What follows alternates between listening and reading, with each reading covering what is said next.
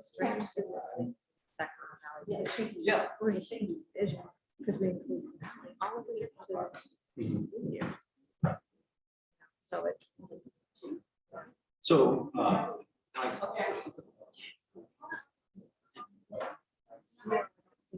What, you know what, I will. How do you do it? and then the last two.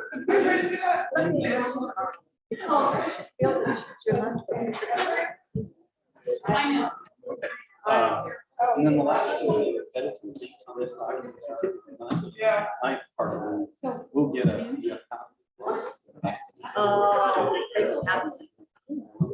That's a question. Yeah, I'll ask. Sorry. Because I can have to provide this. Yeah. I don't know.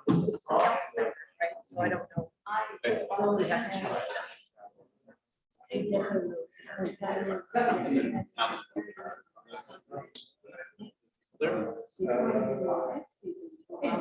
No idea about any of that. I don't, Charles, I kind of thought Charles had been talking to me, but obviously he hasn't. You know, why don't you talk to him about, talk to him about what, otherwise it's gonna be me asking Charles. Yeah. So, yeah, no, I spoke to Charles and.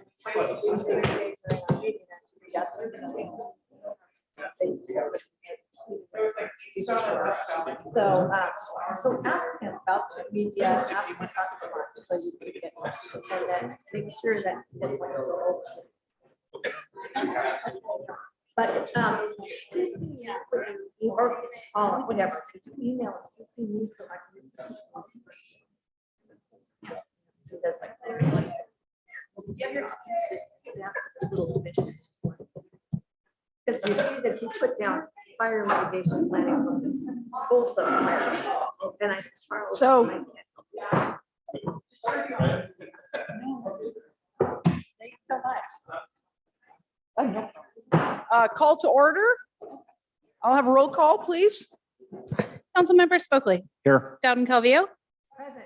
Riddell Harris is not present at this time, and Councilmember Berlant will be absent this evening, and Mayor Amara. Present. Thank you very much. Stand for the Pledge of Allegiance, please. I pledge. And one nation, under God, indivisible, with liberty for all.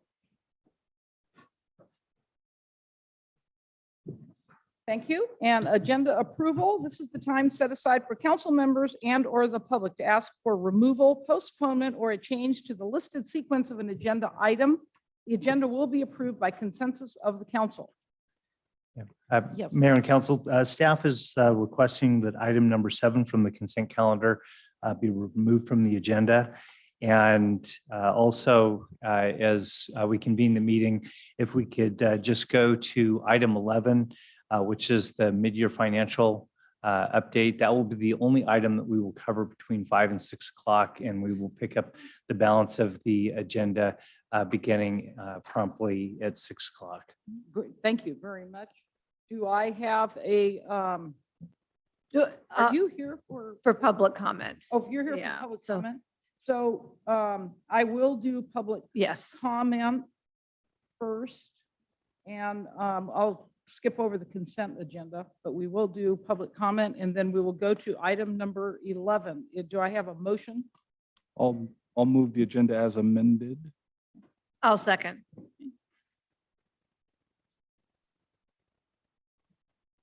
Councilmember Spokely, Yes. Dowden Calvillo, Aye. Mayor Amara. Yes, thank you. That passes. And so I will go open this up. This is public comment. This is the time provided so the public may speak to the council on any item not on the agenda. Please make your comments as brief as possible. The council cannot act on any items not included on the agenda. However, the items will be automatically referred to staff. Council members may also have an opportunity to speak on any item not on the agenda at this time. Public? Thank you. It always freaks me out being here on this side. Good evening. Thank you. And thank you so much, Madam Mayor, for and council for moving this up, because I just realized that would mean sitting for an hour for 3 minutes. My name is Stephanie Snyder. I live at 100 Marina Avenue in Auburn. Like many of you, I wear many hats. And tonight I am here as a representative of the Auburn Symphony. We want to thank you. We had to come and say this publicly, but for your recent sponsorship of our re-edit project of our documentary film, Scaling the Heights, the Auburn Symphony. And you might not even know that you did this. So it's even better. The story is better. This, as one of our partners in this project, your help means that our documentary is now scheduled to air on the local PBS station, KVIE, Channel 6, in their Viewfinder series. It will show first at 7 p.m. on Wednesday, March 30th, and repeat April 1st, 2nd, and 3rd at different times. It will also be seen 4 times on KVI2, the local cable station.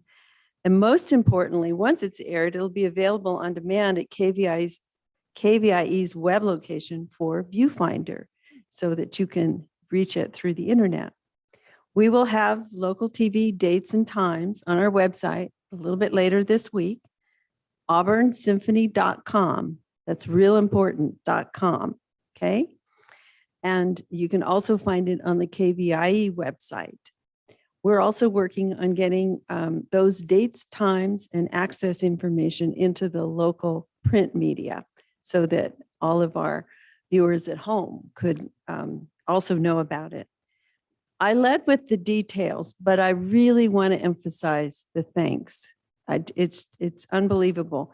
This documentary tells the story of what I call the little engine that could and did, right here in the heart of our Sierra Nevada foothills. We had a unique opportunity with KVIE to tell the story to their 2 million households in the service area. And your assistance helped to make that happen, along with our symphony patrons, Neva Kesselring and Gerald Rico, the Arts Council of Placer County, Visit Placer, and the Placer Business Alliance. It was a true example of combining our resources and shining a spotlight on our town, our area, within the greater Sacramento area. I want to give very special thanks and kudos to City Manager Don Levy. I know he's grimacing. He hates it when his name is called. Economic and Planning Manager Jonathan Wright, and the Auburn Arts Commission, and especially Chair April Maynard, who helped bring this all together. So mark your calendars, maybe even plan a watch party. Wednesday, March 30th at 7 p.m. on your local Channel 6, PBS KVIE. Thank you so much. And thank you. Is there anyone else?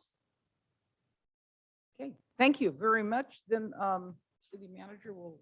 Madam Mayor, just for the purposes of the record, since we did take public comment first before we go into our issue on the budget, I would like to ensure that we still have public comment as it appears in the agenda afterwards, so Yeah. that folks that may be coming afterwards have that opportunity. Yes, I was going to do that. Perfect. Thank you. Thank you. City Manager?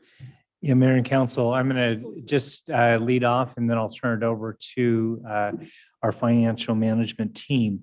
The mid-year financial status report, which is provided, is an opportunity for all jurisdictions to not necessarily get up and change their budget, but to make sure that the current fiscal year budget is just that, it's current.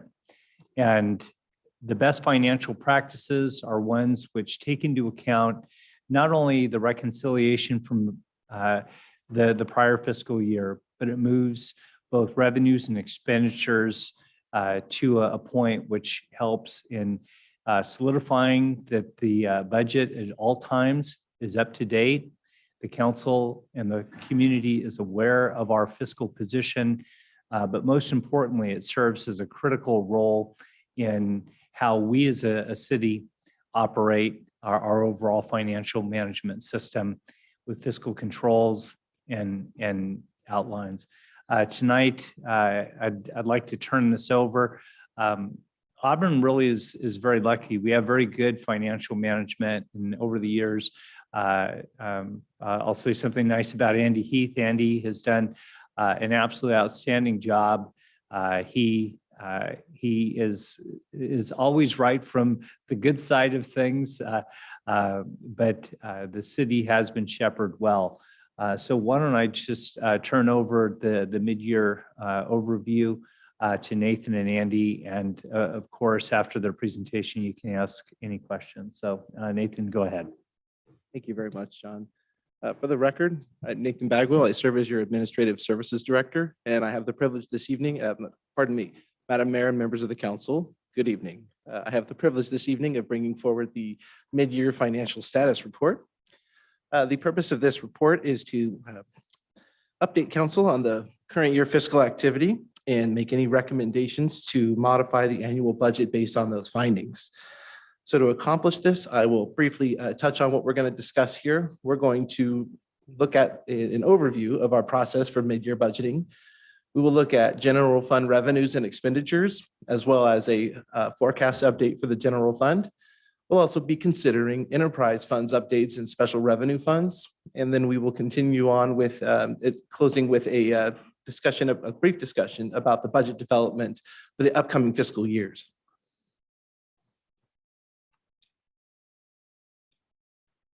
So the process that we employ for the mid-year budget is the fiscal year 2021 that ended last July has now been audited. We have estimates and everything moving forward from that year-end activity. We have all fund balance carryovers taken care of. We were able to meet with departments as needed to obtain updated baseline budget information for the current year. We also incorporate adjustments approved by City Council, so any substantive adjustments that have occurred since the adoption of the budget at the beginning of the fiscal year. And we also work to incorporate and review any revenue trends and forecasts as they have occurred throughout the fiscal year. So taking just 50,000 foot level at what we adopted at the beginning of the fiscal year, our general fund was anticipated to have a little over $14 million in revenues and $14.6 million in expenditures. So we actually had a planned operating deficit of about $500,000. As the years progressed, we actually see that has reversed course, and we are now projecting an estimated amount of revenue of $16.1 million, and we're recommending an appropriation increase to $15.4 million. Overall, aggregately, those adjustments look to be $2 million more in revenue and $878,000 in expenditures, and we will get into that. We will explain those numbers.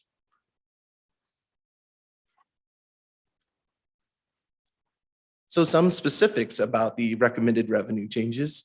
A couple small ones right off the top. There's property tax in lieu, motor vehicle license fees. You see it's a few $1,000s. It's simply coming in higher in the current fiscal year. RIPTIF, which is residual property tax payments, $5,000 increase. This is due to the city's share of redevelopment property tax, as some of our former obligations are satisfied. This is all in line with the dissolution of redevelopment. Sales tax, as you can see, is coming in significantly higher for the year. We're projecting $1.85 million more within the fiscal year. This is largely attributed to higher sales tax being paid, fuel price being higher. There was also a $1 million increase this year related to really high fuel prices and what we believe to be increased fuel purchases. And also, we were pretty conservative coming out of COVID. You know, there was a lot of uncertainty around that. It was still very fluid. So our conservative forecast essentially, hey, we survived COVID and we're looking good. Transit occupancy tax, again, people are staying in hotels again, they're getting out. So that's going up. Retail property transfer tax, we still see turnover among real estate. That's how that is incurred. It still continues to be fluid. It's coming in higher. Franchise fees and solid waste. Recology upped their garbage fee a little bit. That's also based on actual collections. Business licenses have been down some, so we're adjusting that number down to last year's actual number. As you can see, it's not a big chunk of the pie. Traffic and civil fines. We believe this is lower due to, well, still some COVID-related issues, also some closures related with the court as to why that could be driving that down. And administrative citations, that's related directly to code enforcement activity. That's our actuals to date, actually. So it's come in high. That's a tough one to forecast, but that's where we're looking at this point in the year. So moving on with a couple more recommended revenue changes. Interest earnings, simply stated, interest rates have been a little bit lower, though they are starting to trend up. Proposition 172, so this is sales tax related to public safety. That's been coming in a bit higher. Oh, sorry, I'm on the wrong page here.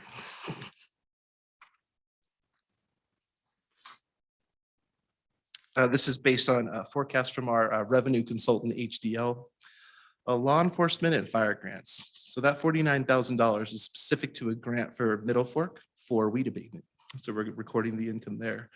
Strike team reimbursement, we are eliminating the net as we have yet to see, well, with turnover and staffing issues, we've yet to see any strike teams go out. So we're not going to count on that revenue. Tobacco grant, there's a couple pieces with regards to that. About 60,000 of that was actually awarded last year, but we're realizing it this year. So that's why you see that number. The remainder of that, if you recall a few council meetings ago, we brought forward a position for a school resource officer also tied to a grant. So 3 months of that school resource officer is in that dollar amount. Post-training reimbursements, pretty straightforward what that is. We're just getting more money back for what we're putting our folks into post-trainings for officers. Plan check fees. Pages here. Again, we're just trending higher with regards to activity within the year. Same goes for engineer costs recovered and all other revenue sources. As you can see, they add up to be a fairly de minimis amount. So we didn't specifically list them out here.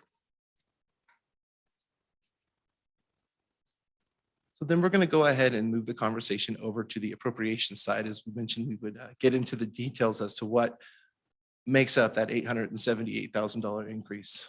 Right off the top, we're going to start with departments. City council actually is coming in lower. This is largely driven by benefit costs. They're just not coming in actual to what they were budgeted for. So there's significant savings there. SACOG and League of Cities, California Cities costs, that's a few $1,000s. It came in a little higher, but the net to city council is a $30,000 reduction. City manager's office, we've had some contract costs with regards to hiring an admin assistant on a temp basis in the city manager's office. Doing background costs. We do have a fair amount of turnover in the city and backgrounds are expensive. So that cost has come in a little higher than anticipated for this year. Also, some of the efforts related to employee development and some of the things you might have seen with that we've been working with the staff on, employee relations costs have come in and we've been running those through the city manager's office because they are really citywide. So that's why they're there. Economic development, you can see there's just a slight savings with regards to salary, not a lot going on there.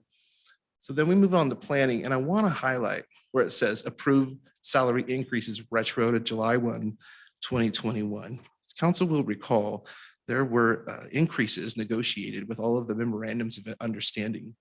Part of those increases were retro to July 1 of 2021. What's happened was in this current year, there was a labor set aside contemplated where that's been sitting, and we'll touch on that later when we get to non-departmental. That money's been sitting in place. So what we're doing now is now that we've realized these costs, we're moving them out to their true cost centers. So you're going to see that line in a lot of these departments. It's really just, okay, you had some money in savings. Now you've incurred the cost, you paid the bill, and then they end up in the departments. We did have some increased contractual services with DUDEC and planning that rounds out the increases proposed for planning. City clerk, again, will reference the retro increases. In administrative services, we've had an increase in contract services. Well, and also this is partly anticipated increased services. We've mentioned the council. We're preparing to do a compensation and benefit study. As you know, those are not cheap, but that's part of that. That's a big chunk of that 95,000, probably a little over half. We've also had an opportunity to fill a vacancy with some temp help throughout the year. That's driving some of the contracting and consulting costs. And also we do have some consulting and assistance that we run through various financial entities that comprise that 95. So then we get to IT, information technology, and I want to spend a little bit of time on IT with that $47,000 increase number. 40 of that is projected a cost for cybersecurity that the city is proposing to move forward on. As you know, cybersecurity is a hot topic. It's not becoming any less prevalent amongst municipal governments. So an investment in cybersecurity is part of that $97,000. I also want to highlight that a lot of things were in from the systems committee for infrastructure, cloud-based.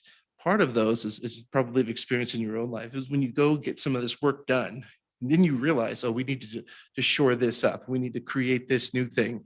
What I mean specifically by that, at the airport, at City Hall, as these projects were moving forward, we saw opportunities to leverage that work and update the areas around it so that we had them secure, temperature controlled, properly outfitted. So that's where some of that additional work came in that wasn't already kind of contemplated with those costs. Insurance programs, general liability insurance came in a little bit higher. We mentioned police, again, a reference to the retroactive raises. We have the 3 months of the tobacco grant for the school resource officer that we mentioned, and the additional $60,000 that was awarded last year and realized this year.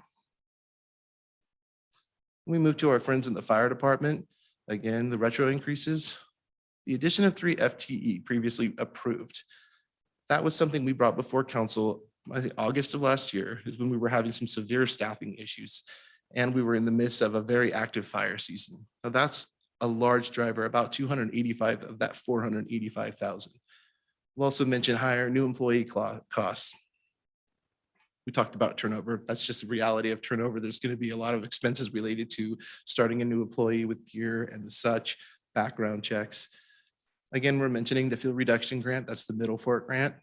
And there was an additional cost for a generator installation. In building inspection, there were some savings, salary, not a lot.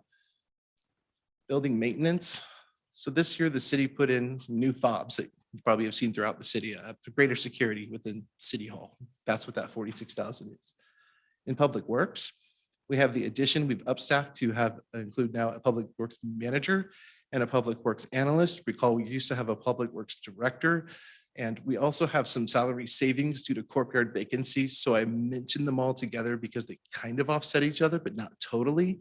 So there is an increase to the department of $37,000 for the year. We also want to highlight that $500,000 of the general fund is still allocated. We're not changing that for the overlay project in public works. And then non-departmental. This is where I circle all the way back to and close the loop on the labor cost placeholder that we adopted in the budget. All but about 5,000 of that 200,000 was that labor cost placeholder. The other 5,000 or 6,000 were UAL and bond debt service true up, which, not to get too into the weeds, when you do one of those transactions, you budget for them, you have estimates. When you actually go and make the payment, they might be just slightly off when you're dealing with millions, but it's off by about 5,000. So not too bad. This brings us then to council-supported commissions and committees. Do a lot of great work with our volunteers and commissions throughout the city. But we really want to highlight here in that there's been no changes proposed or made to any of the base budgets. So they are literally untouched. So this kind of brings us to some of the fun parts of the general fund conversation. So I really want to highlight here a couple of things. So assuming we move forward as proposed with the increases in revenue and increases in appropriations, that'll actually lead us to increasing the general fund reserve by the end of the year to an estimated $7.1 million, which then represents a very healthy 46% reserve based on current year expenditures. That's great news. How that would then be proposed to be broken out would be approximately 2.7 million to economic contingency, rainy day fund, $1 million for pension unfunded liability reserve, prepaid costs of 350,000. There's police department donation reserve. It's a small little piece, 6,000. And then unobligated fund balance of $3.06 million. A couple of things I want to really highlight right here. The pension unfunded liability reserve previously was estimated to be $2.2 million. With council's direction and blessing, we did the pension obligation bond, and that significantly changed to the financial forecast situation for the entire city. So had we not done that, that pension unfunded liability reserve number is still sitting at 2.2 million. So as a result of that financial decision, now we've moved 1.2 million into unobligated fund balance. So it's pretty exciting.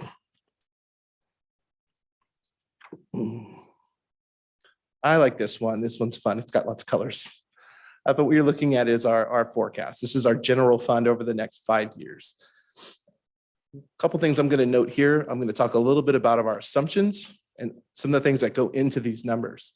I'm going to keep first on fiscal year 2021 actual, that line that's got $1 million just above it. And what I want to highlight is now that we know the year's ended, we've closed our audit, we've done all that good stuff. We now know that we had a surplus of $1 million at the end of fiscal year 21.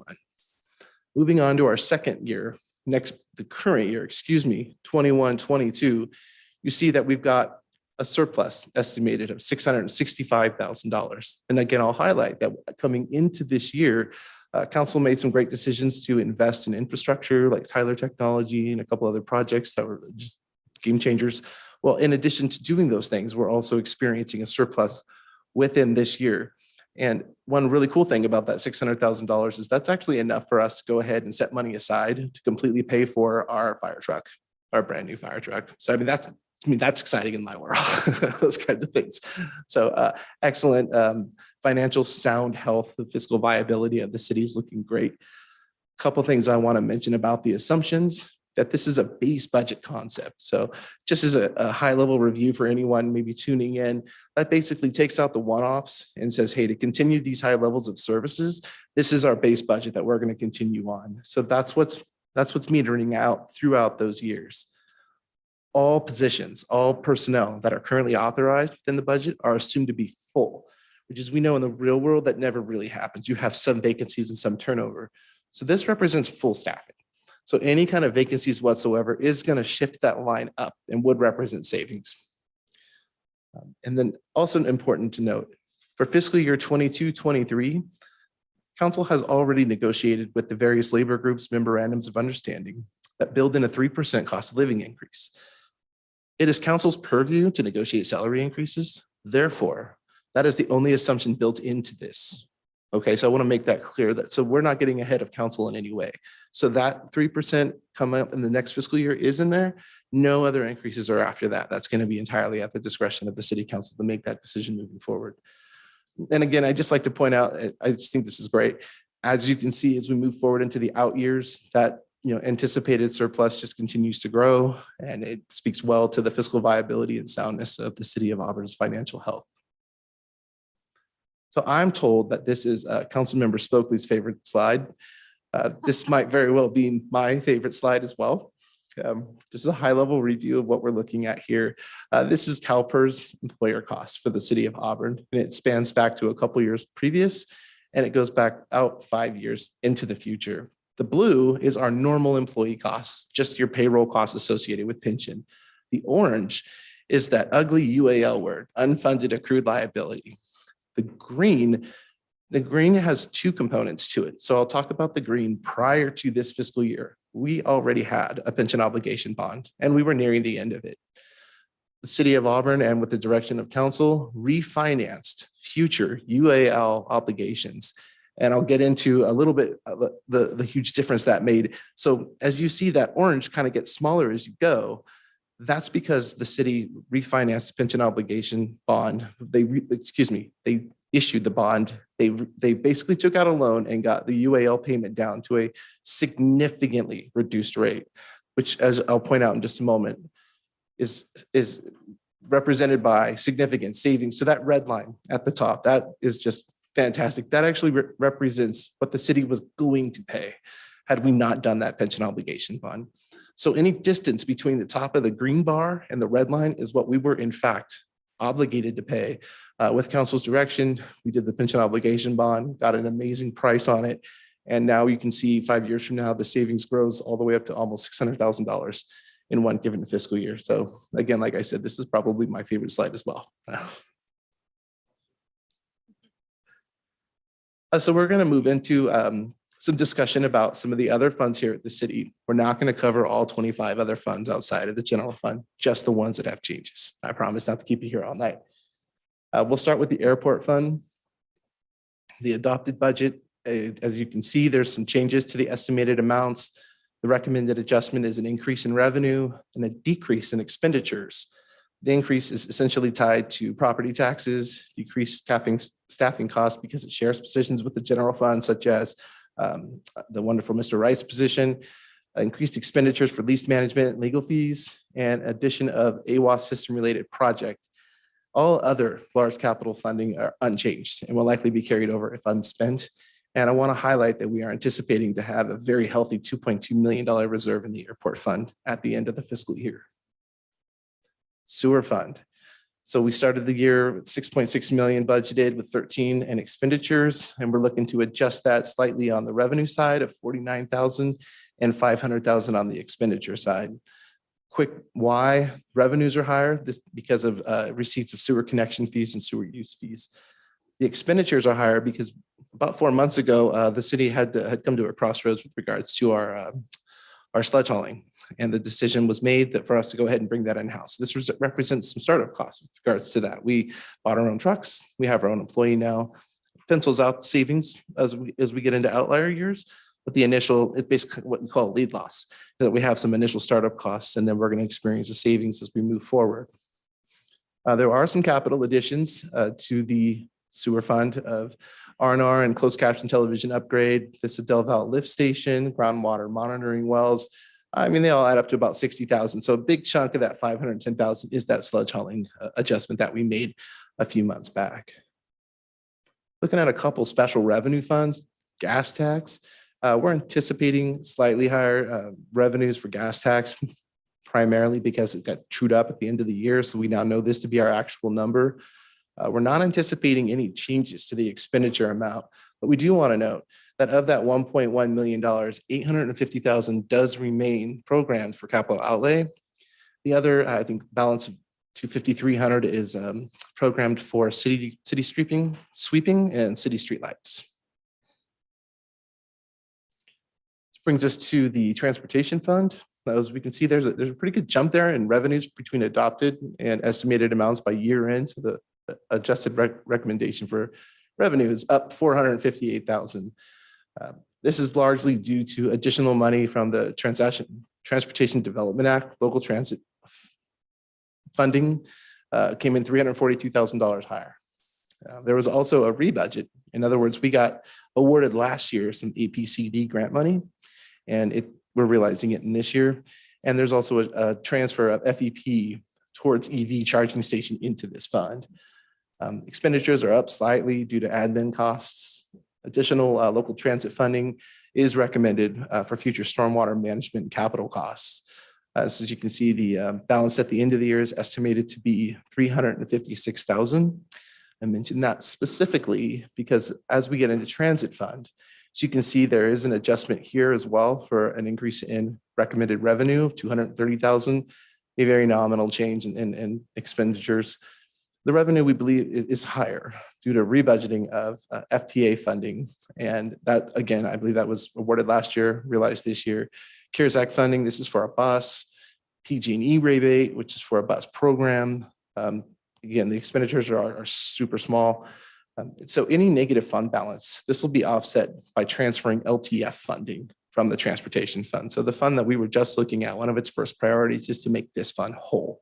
So the fund we were just looking at that had $356,000 will make up for that $8,430 anticipated deficit. I thought you were going to tell us that the increase for the revenue was from the shuttle, from our on-demand shuttle or the Confluent shuttle. Yeah. I was hopeful. First-time homebuyer grants funds. Sometimes these are difficult to predict. Basically, someone paid off their first-time homebuyer loan. So we got funds back into this program. So that then puts us at a position of having some money available at the end of the fiscal year. And what that means is this money now is available to someone else to come along and utilize the funds within the program guidelines. Closed landfill fund.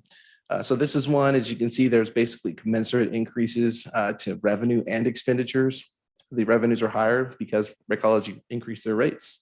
Expenditures are higher due to increased insurance costs. So staff continues to work with Recology to determine funding requirements, and we are working on a funding plan for ongoing and new compliance requirements. Council can expect staff to bring an item back specifically related to the closed landfill. As you can see, there's a negative fund balance. We're aware of it, and that's what we're looking at overall as far as you know, there's a lot of ancillary conversations happening around this as well. Impact fee funds. So this is Assembly Bill 1600.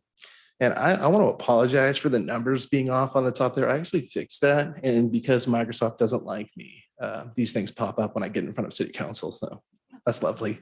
But as you can see, for this one, the AB 1600, these are impact fees. This one is relative to fire equipment. And we've seen some increased revenues basically just due to development activity. These funds can be used towards nexus space, so there has to be a connection. They're specific for purposes as they're brought in. And in this particular case, the project fire equipment fund balance is estimated to have about just under $800,000 into this fiscal year.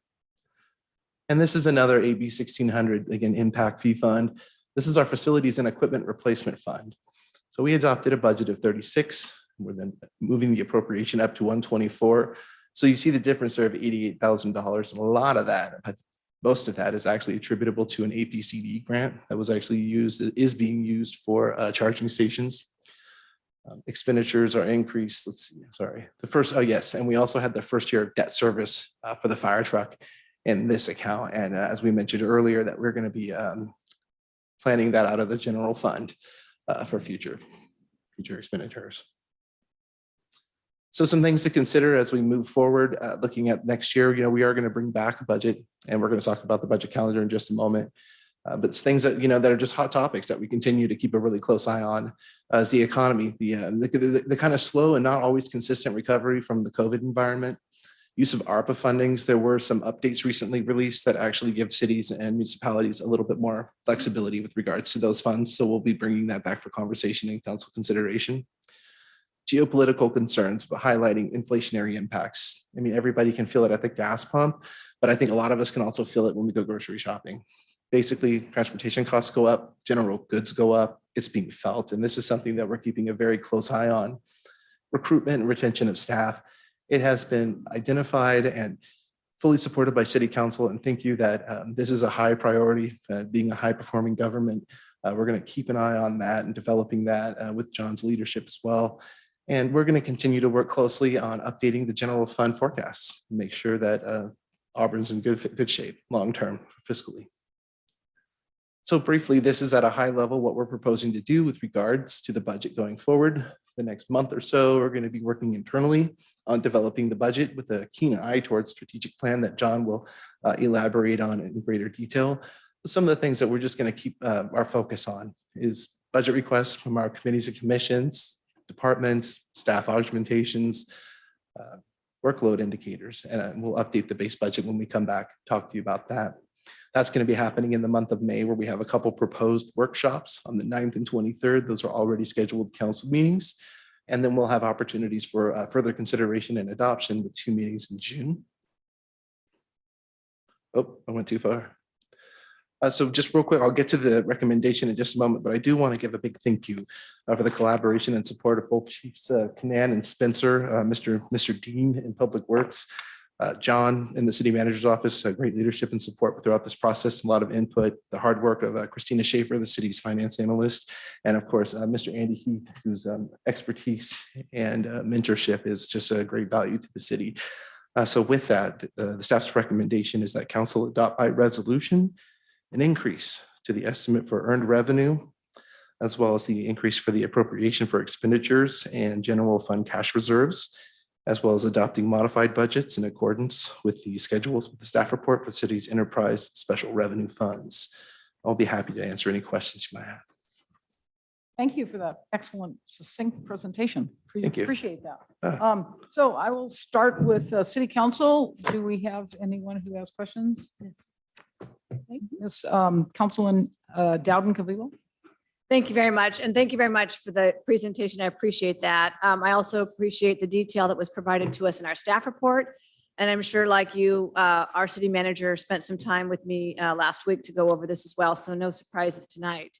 I do have a couple of quick questions. So I'm looking at the packet itself, and it was also mentioned in our presentation today, but the closed landfill fund, I know that we're going to have a presentation on this, correct, John, coming up with regards to the findings. Last year, we talked about this and it was a huge hole. We really didn't know what we were going to have to do with regards to additional funding to meet the requirements from the state. So we'll have some good news delivered to us coming up at one of our meetings.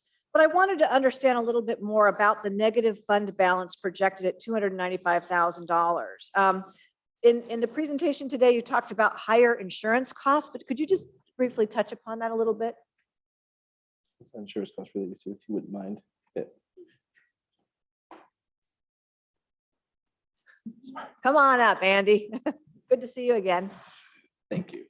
Essentially, the two insurance, thank you, council member and members of the council. For the record, Andy Heath, consultant to the city.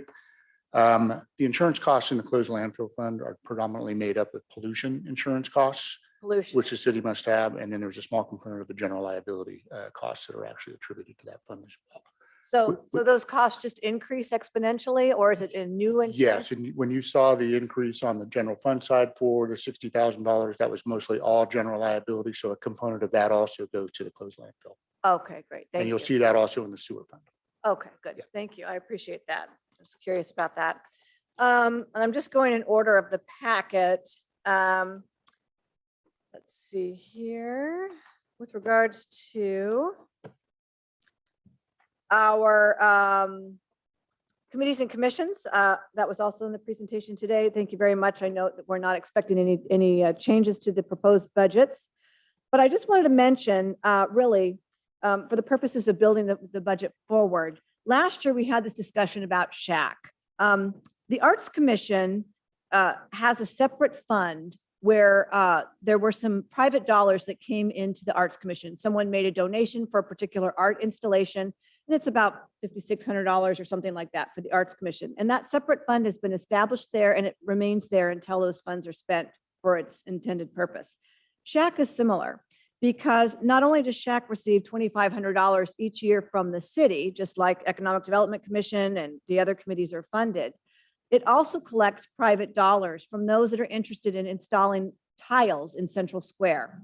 And so it's important that we establish, and Andy and I spoke about this, I know if it was last year or the year before, about setting up a separate account to ensure that those dollars that are coming into the city to pay for those tiles are identified and are there and available when we have to actually pay for the installation themselves.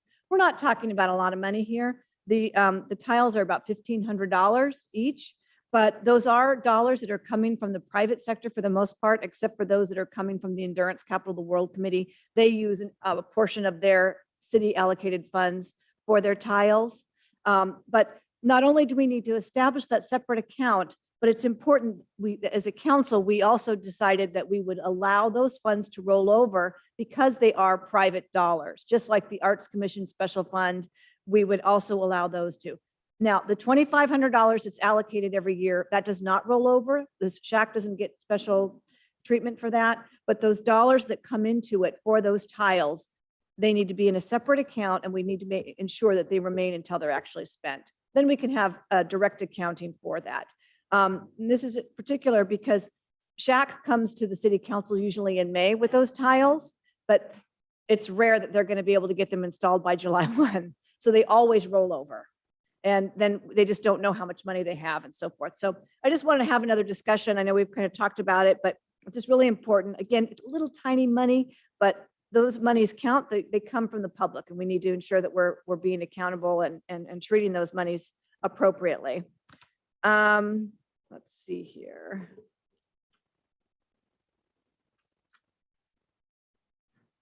Those landfill. I'll check this other one, see if I have any questions in this section here. I think you mentioned that the ARPA funding is not included in the budget for 22-23, correct?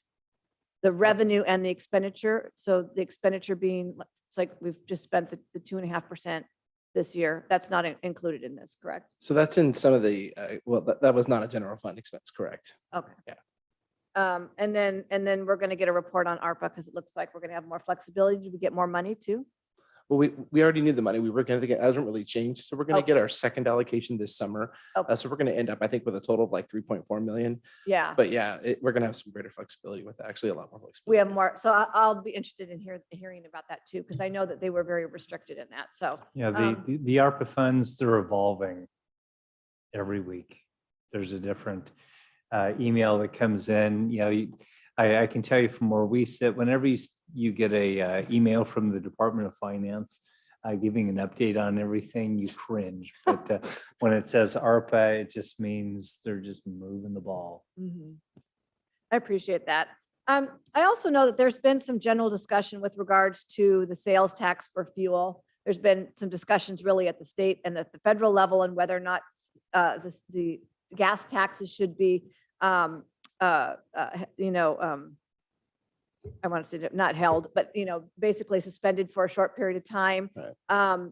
And, just for the purpose of the record, I would say that if that does happen at the state or federal level, I just hope that they backfill the dollars that come to cities and counties, because we do get those sales tax too from fuel. And so the state's flush with money right now. And if they want to suspend that, that's great, as long as they use general fund dollars to ensure that cities and counties are made whole. So.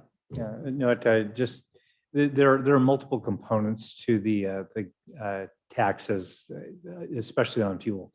And there's SB1, which is a separate sales tax. There is the Bradley Burns portion of the sales tax that goes on to it. Everything that I'm hearing as far as the gas tax holiday seems to point to the discretion that the state legislature has, which would fall under the SB1, because that was a very sizable increase. But we received SB1 money. So Correct.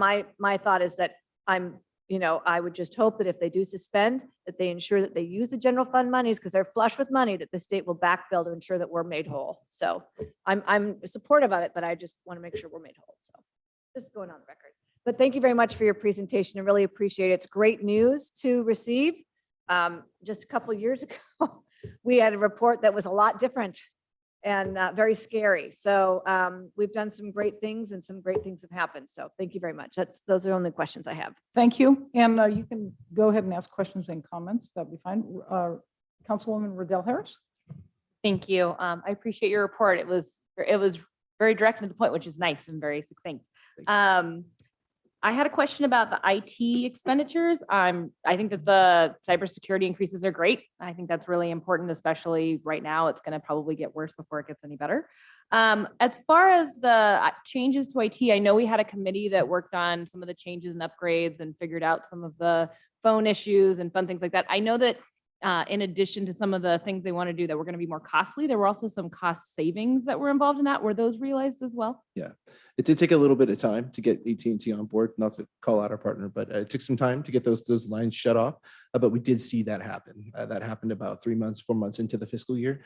So we do have assurance that that's been taken care of. Again, it's some of the things that they've just taken longer, and they've just been, more expensive than, like, prices seem to be going up with the supplies as time was going by. Thankfully, we had some contracts in place. But to your question as well, cybersecurity, one of the things we're looking very closely at is a gateway program that PD already has. So we would be looking to introduce that here at the city. So I didn't really necessarily want to get into the weeds, but thank you for the opportunity. And that's a great opportunity for us to have greater cybersecurity, where you actually sit at your computer with your badge. Only you can log into your computer. And we're also looking at doing some encryption of our data and hard drives here, essentially doing everything we can to insulate ourselves from the bad guys. And you probably have heard over the last couple of weeks that we've been getting even more warnings about increased cyber attacks. So it's obviously something we take very seriously. We'd rather get out in front of it than get stuck in a real tough situation. Great, I appreciate that. As far as the general fund reserves that we have, you said we have 46% in reserve. I've heard, I think John had said before, the normal amount that a city has is somewhere around 15 or 20%. Is that what's normally recommended? So we're doing really well, even in comparison to similar cities. Am I right in that assumption? Very well. Okay. And then When you're talking about the geopolitical concerns and the gas prices, I know that other cities are already increasing their cost or anticipating increased costs due to gas increases this year and next year. Are those increased gas prices included in this? I know you were probably working on this before all of that fun happened. So I just wanted to make sure that we're thinking about that and that those increased costs are part of this or I are appreciate being that. considered. We do have some assumptions built into our cost factors. We typically use general CPIs and stuff like that, but they've been changing so fast recently that a CPI that just came out 2 months ago probably isn't even relevant anymore. But we do have a lot of those kind of assumptions built into our model, but we will absolutely be paying special attention to particularly things that we know that are their specific price points that affect a lot of our business, like fuel. Yeah, I know we drive a lot, so I was just wondering. Our O&M, to predict our fuel costs right now is probably very difficult. But the reality is that within the budgets of each one of the departments, we're going to hold them to within the standards of the O&M. It's not like they can just blow through it. So to your point, are we keeping an eye on it? Yes, but we're going to look. We will keep at it within budgetary constraints of the existing allocations. But we're not going to stop driving if we run out of gas money, right? No. We're just going it'll to take just the come- on-demand shuttle. That's what's going to happen. We're all going to take the shuttle and that's how it's going to No, get but around. At the end of the day, the discipline will be staying within budget. Okay, great. Thank you. That's all I have. Thank you very much. And Councilman Spokely? Thank you, Madam Mayor. Nathan, thank you very much for the report. Andy, thanks for all your support and help putting this package together for us this evening. Like Councilwoman Dowden-Calvillo mentioned, we've seen these updates look entirely different than what we got presented to us tonight. So that's exciting news. To think our revenues are up 2 million and a bit, and our expenditures are up only 880,000. That is amazing. Back on the information technology side of things, the phone system, are we doing a conventional hardwired phone system? We are. And thank you Update. again for the opportunity to speak on that. That was one of the things that we had these priority projects that the IT infrastructure getting cloud-based in preparation for Tyler Technology has been a higher priority. But we have locked in a contract with Wave for new software. So essentially it's just a matter of resources and getting that kicked off within the city. So I did mean to mention as I was going through the slides, and I got probably ahead of myself a little bit, that's been delayed within the fiscal year, but not intended to not be done. We are still intending to move forward on that. And again, this is a new kind of conventional hardwired phone system. Or do we have an obligation to go that route, or can we look at Teams and other platforms that are out there? Let us get back because we are looking at different. We are going voice over internet and our ability to kind of move on some of these things. I can tell you that we're not very deep on it. We did have I guess an agreement that hadn't been signed for a very conventional phone system that we did not move on.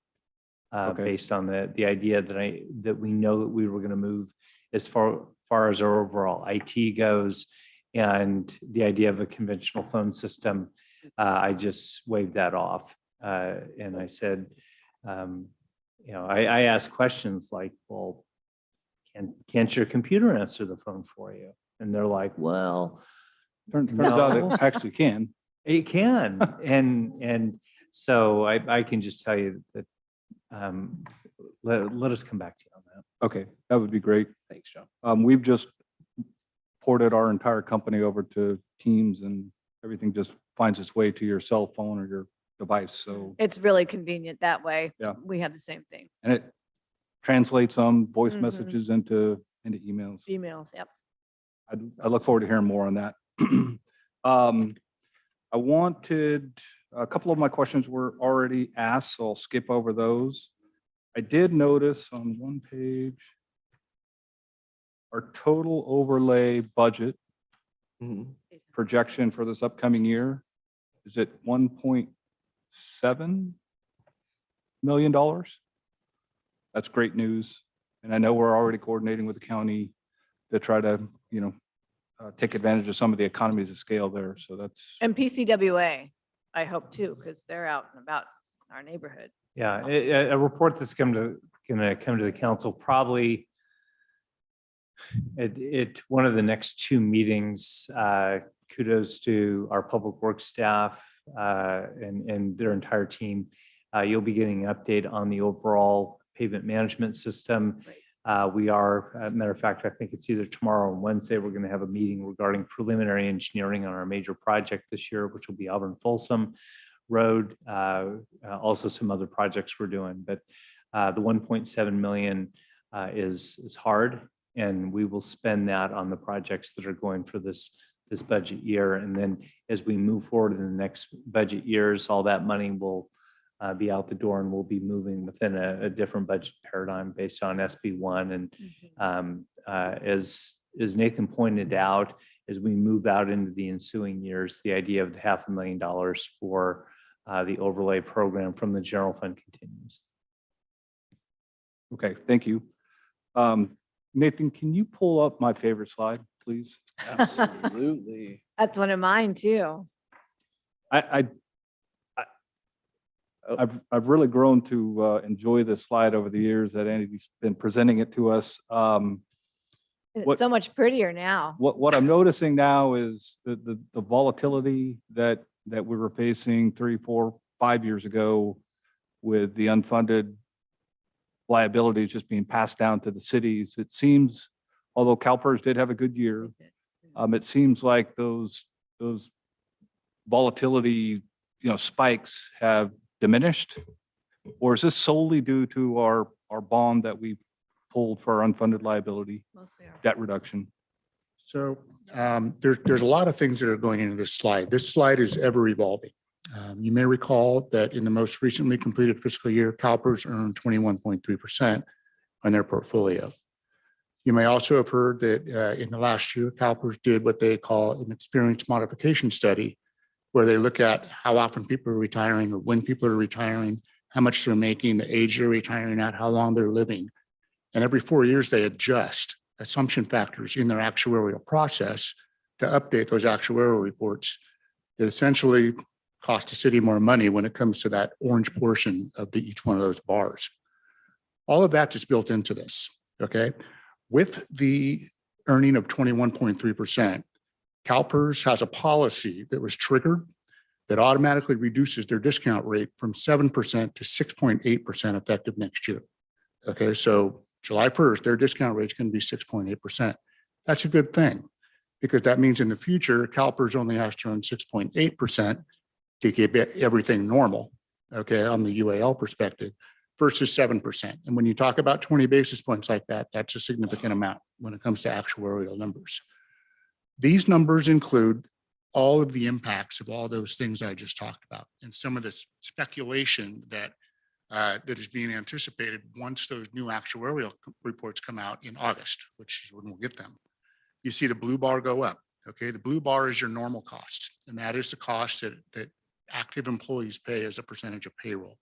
You see it go up significantly in mid-year. That's because you gave an increase, a retro increase.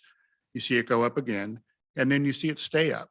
Okay, normal costs are expected to rise as a result of the modification factor study. Okay, so that is built in. There's an assumption that it's been built into this.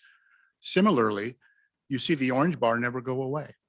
Well, one would assume that earning 21.3% on your portfolio would put you in somewhat of a superfunded status, where all of a sudden, instead of having an unfunded liability, you have a superfunded liability. That's not the case. This city's not assuming that, nor is any city that I'm working with, because we all know CalPERS. We don't know where they're going. We don't know where they're going to end up. And it's always prudent from a fiscal perspective to have something on the books, at least from a forecasting perspective, that suggests that you're still going to have that unfunded liability in the future.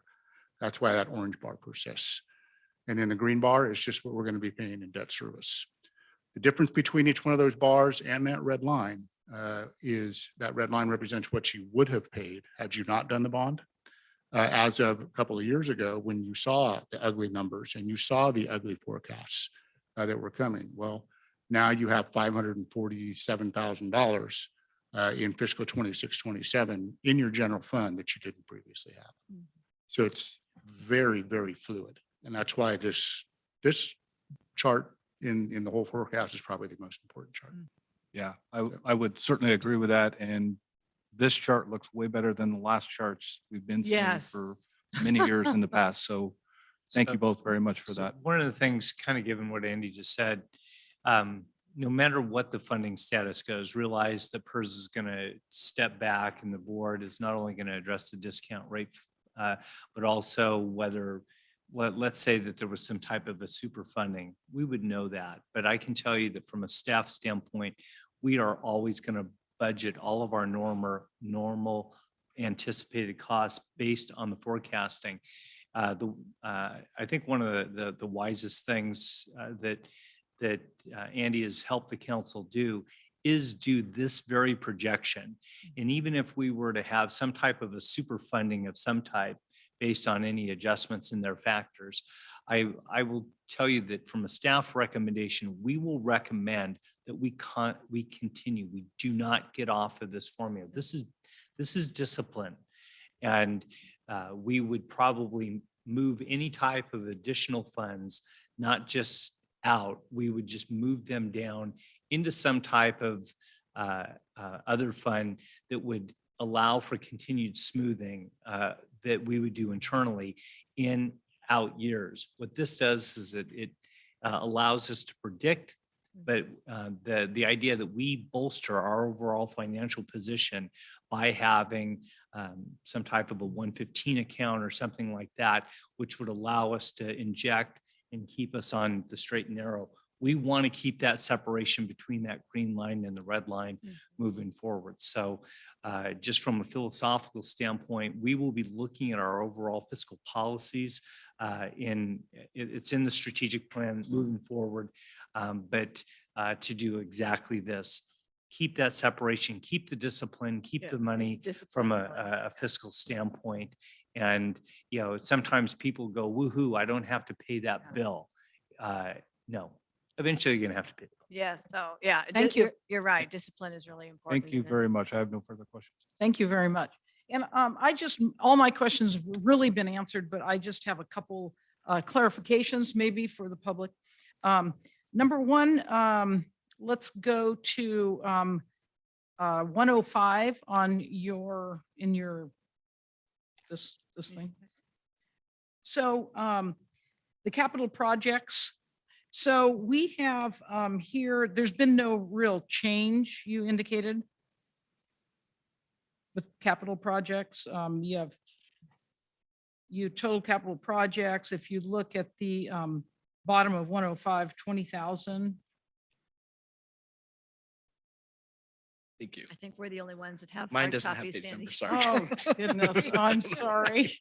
Okay, I guess my question is, I see a line item for the Carnegie Library improvements, and I think last June, we allocated 25,000 for the improvement of Carnegie, and I'm not sure where, it's probably buried somewhere in here, but I can't. It specifically here doesn't have. I don't see it. I do recall that conversation, so I will look into that Okay. and get back to you Great, on that one. thank you. And then just on page 89.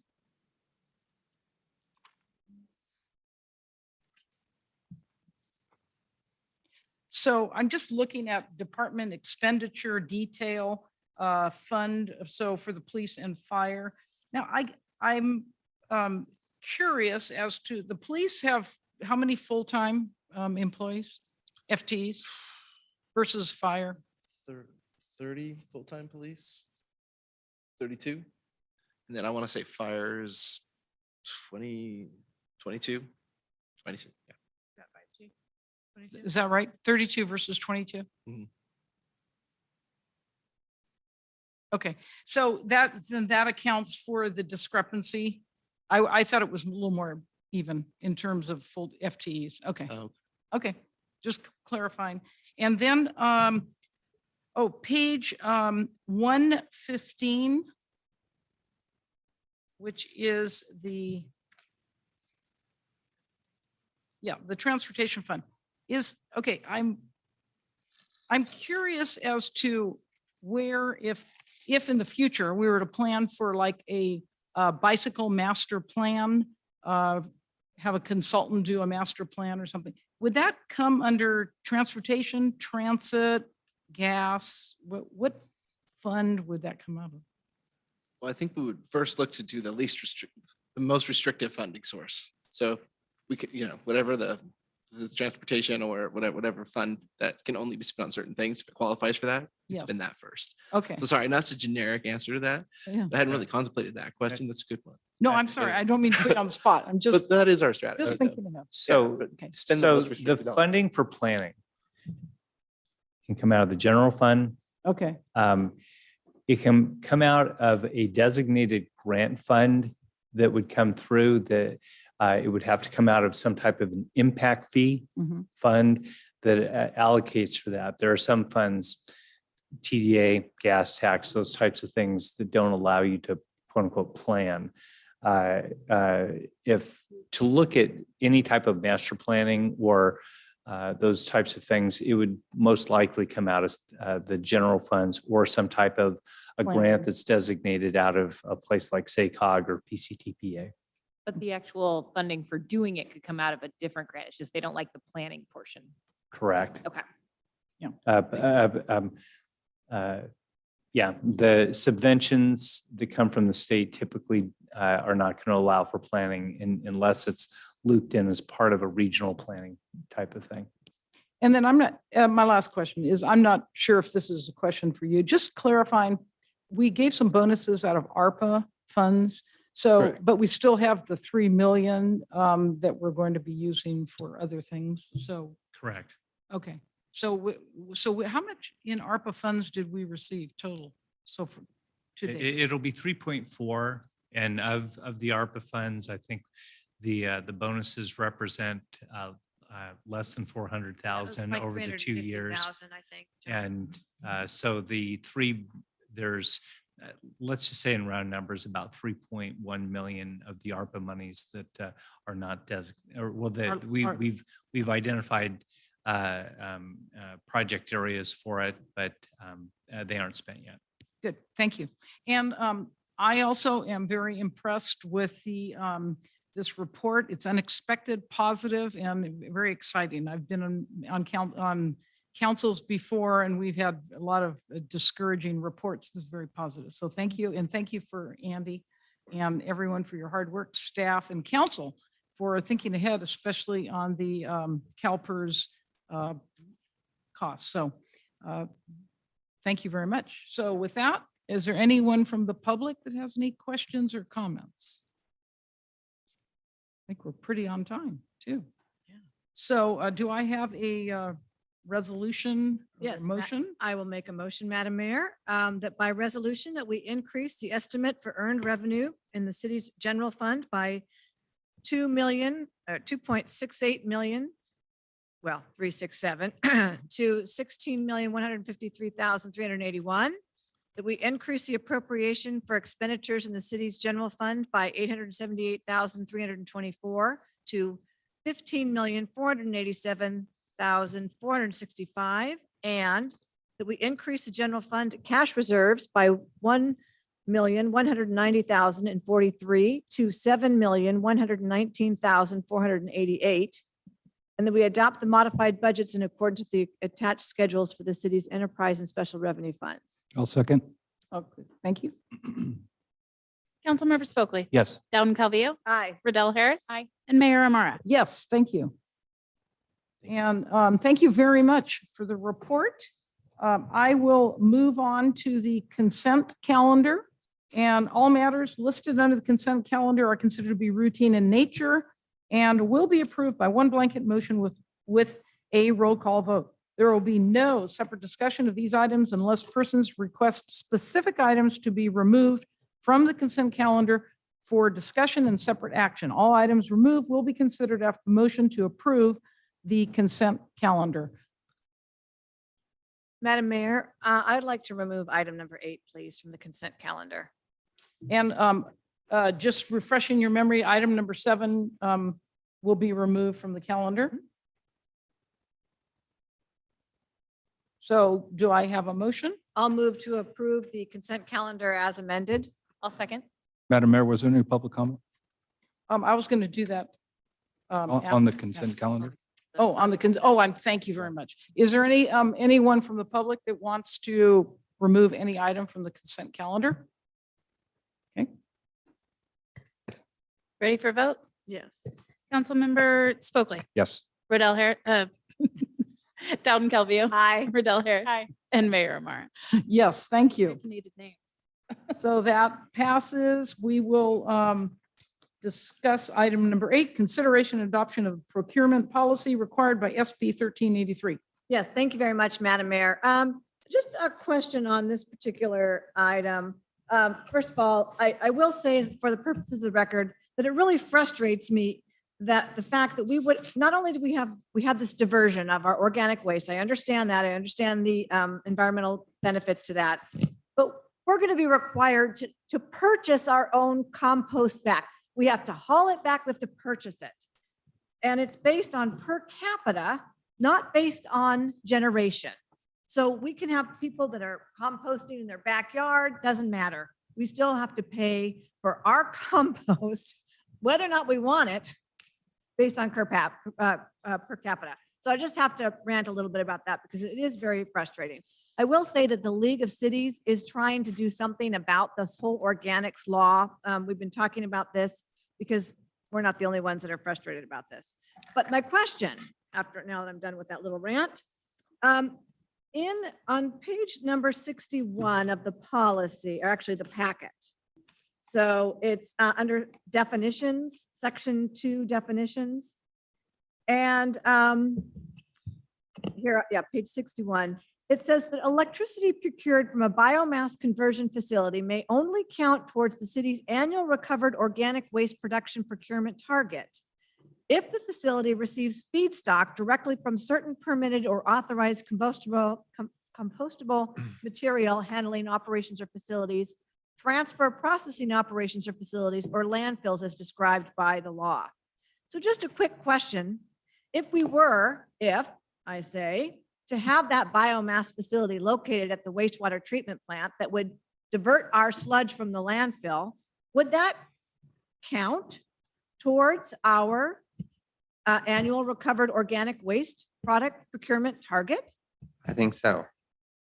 If we choose to buy it, because Right. that's one of the ways, because they're giving it to us for free because they're getting the byproducts of it, the electricity and the organic waste that goes to agriculture. And they're planning on making money off the electricity by diverting it to electric vehicles to get LCFS credits. If we want to buy it for more than they could make off of it, then yes, but I think that power would have to go to us. I don't think it would No, work if it. I'm just talking about whether or not the sludge itself, because we're going to be diverting the sludge Yeah. from the landfill to their biomass facility. Yeah. And so, but what they talk about the target is only based on our organics from these different areas. And I'm just wondering whether or not the biomass facility, if we were to put one at our wastewater treatment plant, would come under this definition. That's what I really want to know is because we're talking about the diversion of that sludge. And so that could potentially make our target go down. Yeah. But I want to make sure that it does, because that's ridiculous if it doesn't, right? Yeah, I would say we could divert more than just the sludge. But I don't know. I mean, this is very specific. So I guess one of my questions is I'd want to make sure of that. And number two, because I know that this is just some canned language that you had, Gary, that the state suggested. So again, that's an if that happened, but it would sure be a shame if we weren't able to get credit for diverting that sludge. Yeah, so I'm happy to confirm. Yeah, and I think that the two separate questions that Councilmember Riddell Harris is highlighting is whether or not it qualifies in its production, and then whether or not it would qualify for the city's target by procurement. And I'm happy to confirm both. Thank you. Yeah. I appreciate that. So I don't know if we have to adopt this tonight, or if can we get that answered first, just to, is there a deadline? Because I know there's all these deadlines on this organic stuff. There's one more meeting. So there is a reporting deadline on April 1. So one more meeting before then. So we could put it all. follow up. is my point. Okay, so we can follow up. Okay, Yes. so I would recommend that we then continue this item so we can get that question answered. I'm still also, I was trying to read through it. It's a little bit dense. I guess if we have this facility where we can divert a large portion in addition to the stuff, in addition to the sludge, we could divert a significant amount of other organics to this facility. I'm just trying to figure out how, I mean, is there a way that we can reduce our costs based on that? And so I don't know if we can sort it ahead of time, or if we can make our own green bins. I don't know what it is. It just seems like a lot of, if we're gonna have this facility and have it available and it's gonna take this kind of product, it would be great to be able to use that to reduce our costs for us and the local commercial businesses and things like that. And if we're stuck with something that's just based on how many people or the size of our city rather than how much waste we're producing, then there's no incentive for cities to actually reduce their organic waste. And that seems kind of counterintuitive. It's pretty clear in that the definition of the electricity procured from the biomass conversion, it's such a narrow definition. I don't think that we could include any green waste or anything. I don't even know if we can include our own sludge. No. You know, that's how narrow this is, because it's only stuff from a transfer station or a processing station, a landfill, or permitted feedstock that's coming from a farm or something. Why don't we, So- yeah, we're going to bring this Yeah. back. Yeah, and we I can just all wanted them look to into it. kind of look into that a little bit Yeah, further and yeah. see if there's any, specifically if we ended up doing this, is there any benefits or any ways that we could get a benefit out of having that? Yeah, it sounds like they're focused on the credits, that we could take credit, but no matter what, we would be diverting the sludge waste in the cake, because that just wouldn't be there. Kind of looking at the way that this is written, it would be the idea of taking credits from other waste that come in that would come off the net. We also are going through a period where they're actually identifying our overall biomass of organics right now anyway. Mhm. So they're always looking back, what was last year's numbers versus this year's numbers, but we'll figure that out, because I think, as Councilwoman Riddell Harris kind of pointed out, I think I'm following what you're saying as far as the overall numbers go, but we'll find out. Well, it seems silly that they're not incentivizing people to do a good job. And it seems like they want to just make money off of us, which is what they want to do. I agree, but I feel like we should push back a little. That's not what the state is here for, to make money off of us. Yep. I Well- understand their goals, but I hear what you're saying, and they should, yes, Yeah, incentivize. I think we're all in agreement, but Yep. do we have a motion? So, go ahead, Councilman. Do we have any members of the public who have? Yes, I'm sorry. Thank you. You're very good at that. Anyone from the public like to speak to this matter? No? Madam Mayor, I'd like to go ahead and make a motion that we adopt a procurement policy required by SB 1383 organics waste. I'm sorry, point of order. I think we decided that we were gonna continue Okay. that item so that until we get the questions Fair enough. answered. I tried. I'll go ahead and make a motion to continue this item. I'll second. Okay. Councilmember Spokely. Yes. Dowden Calvillo. Aye. Riddell Harris. Aye. And Mayor Amara. Yes, thank you very much. I tried.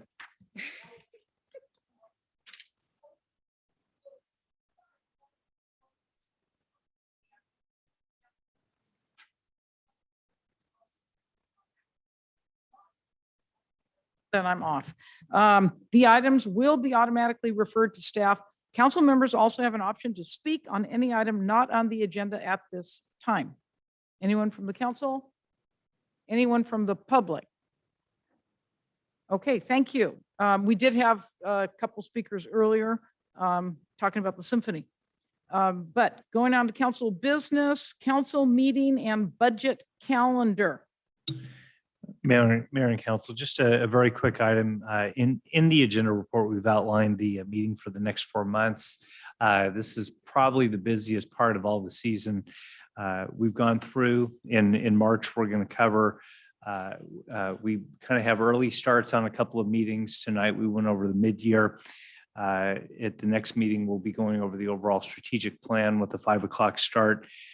In April, we're going to focus on 2 of the main items that appear in the city's budget as far as the capital improvement program and our public safety programs. May, we're going to have 2 public budget workshops. You'll be getting an opportunity to get the reports. We're going to kind of press our various committees that they need to get their information in. But as far as the workshops go, the council will be getting quite a bit of information about the overall budget program. And then in June, Nathan covered it in his report that we have the consideration of the budget. Hopefully, we'll have our act together and have everything ready to go by June 13th, but June 27th is the deadline. So all of our meetings will be both in person and hybrid. So participation and people being able to be at the meetings is going to be very flexible. So I'm just getting input from the council. If you have any questions or anything, be happy to take those. Any questions? Just a quick comment for my fellow council members. On the 28th of March, I'm going to be out of town, so I'll be joining the meeting remotely. Thank you. Thank you for that. Any other questions? I would like to strongly urge to do 5 o'clock versus 4:30. I have to work and I know others do too. And 5 o'clock, I'm already running here a little late because I'm trying to get my daughter to ballet. And so I know it's hard having life, but 4:30 is kind of rough for me. Yeah, consider it at 5. Okay, thank you. I like that. Thank you. So do we need a motion? Anyone from the public have any comments or? Okay, do we need a motion? I don't think so. It's just a review. Thank you. So, okay, the fire department year-end report, Chief Spencer.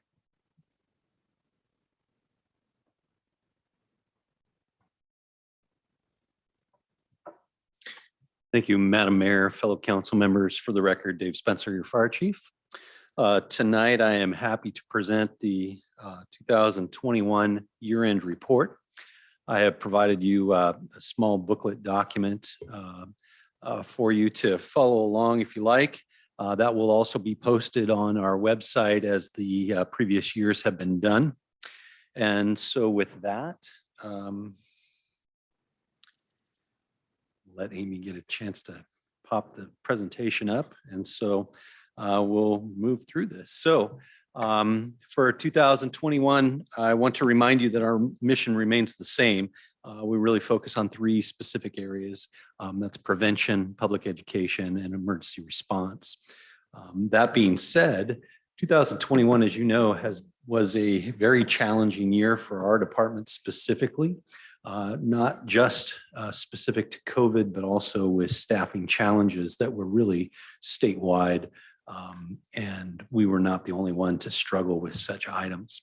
And then, of course, on top of that, it was yet again another significant fire year. I will just briefly mention that as I continue to look at the forecasting weather models as we move into this season, we are looking at very similar drought and potentially another record year.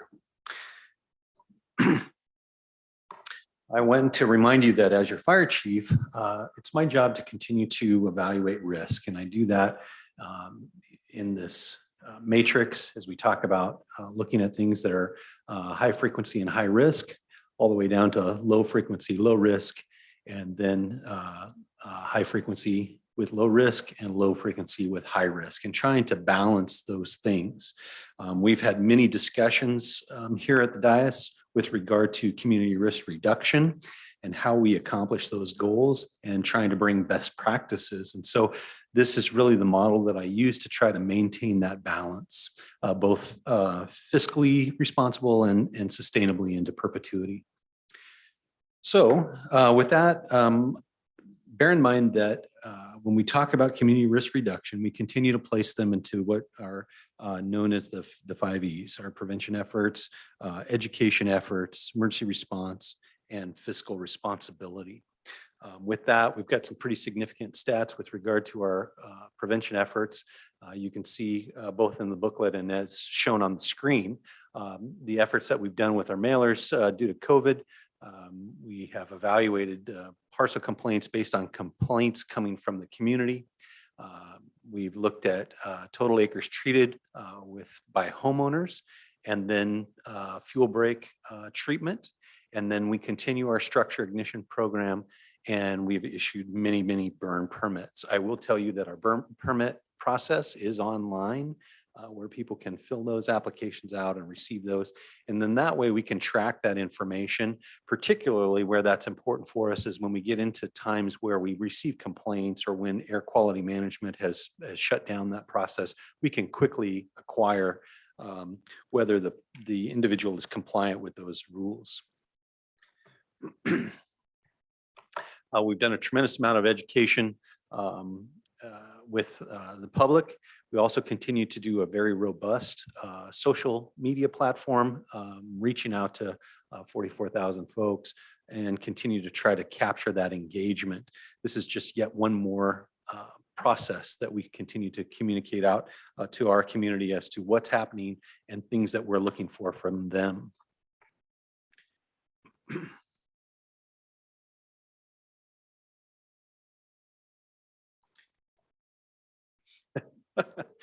With regard to emergency response, we did see a relative increase in our total incidents and calls for service to the tune of 2,219 calls for service.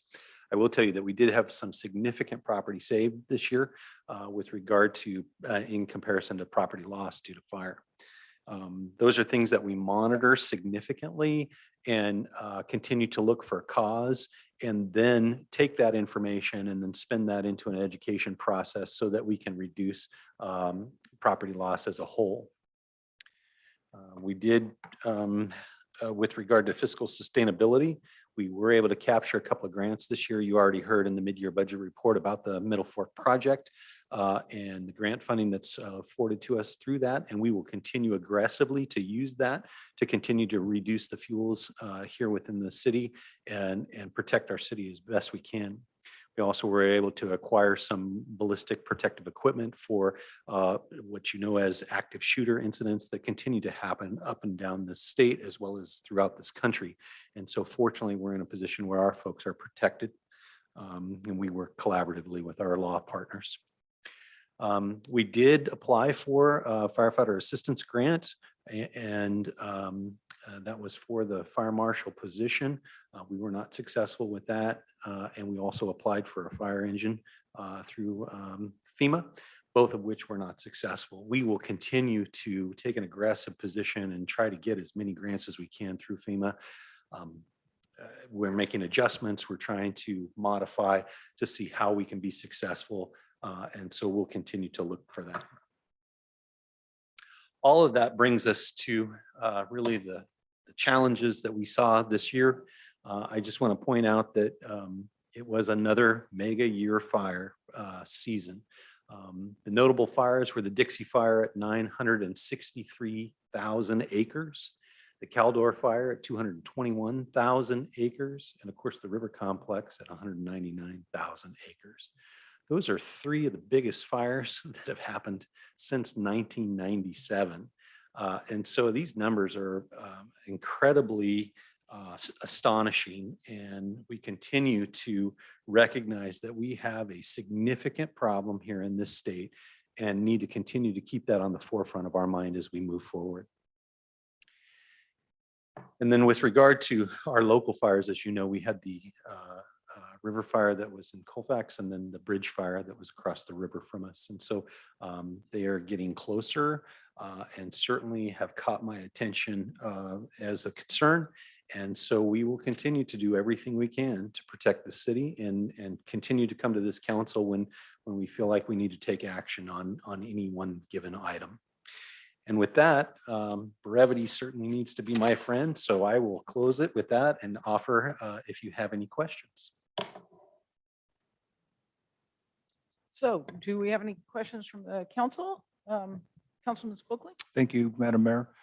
Chief, good to see you. Thanks for the report. I do appreciate the effort gone into the little hard copy that you provided us. That's much appreciated. I think I ask this every report you give. How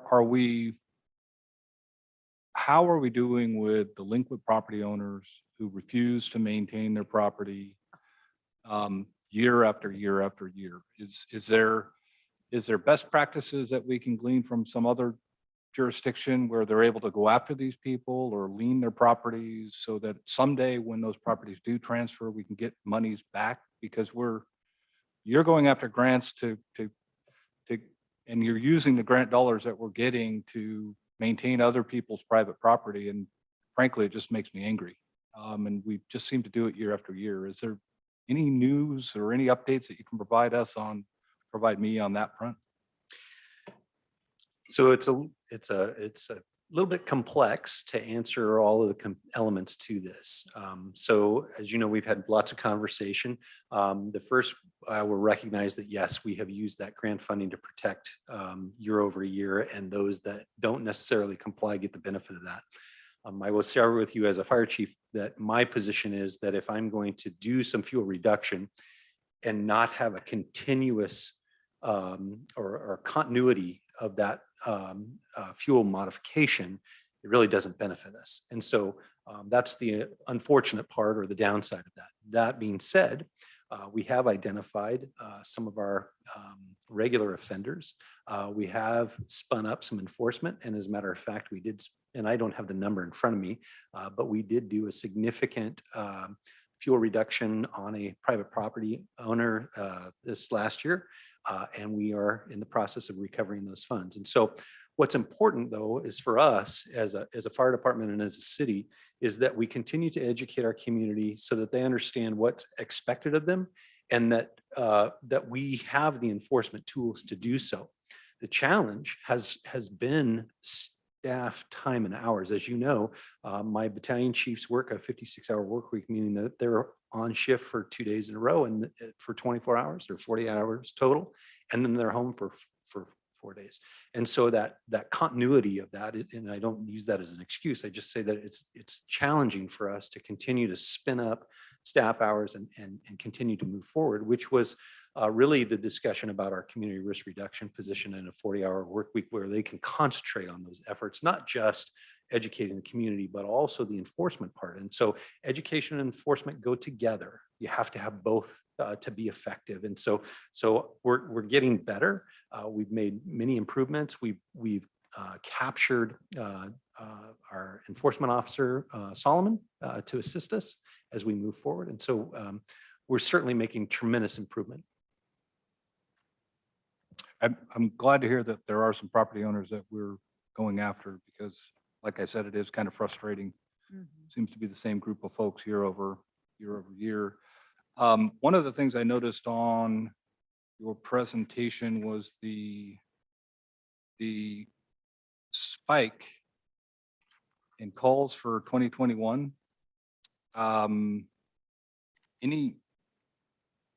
Any ideas what caused that particular spike? I mean, I see the calls from 2022 were quite a bit down from where they are for 2021.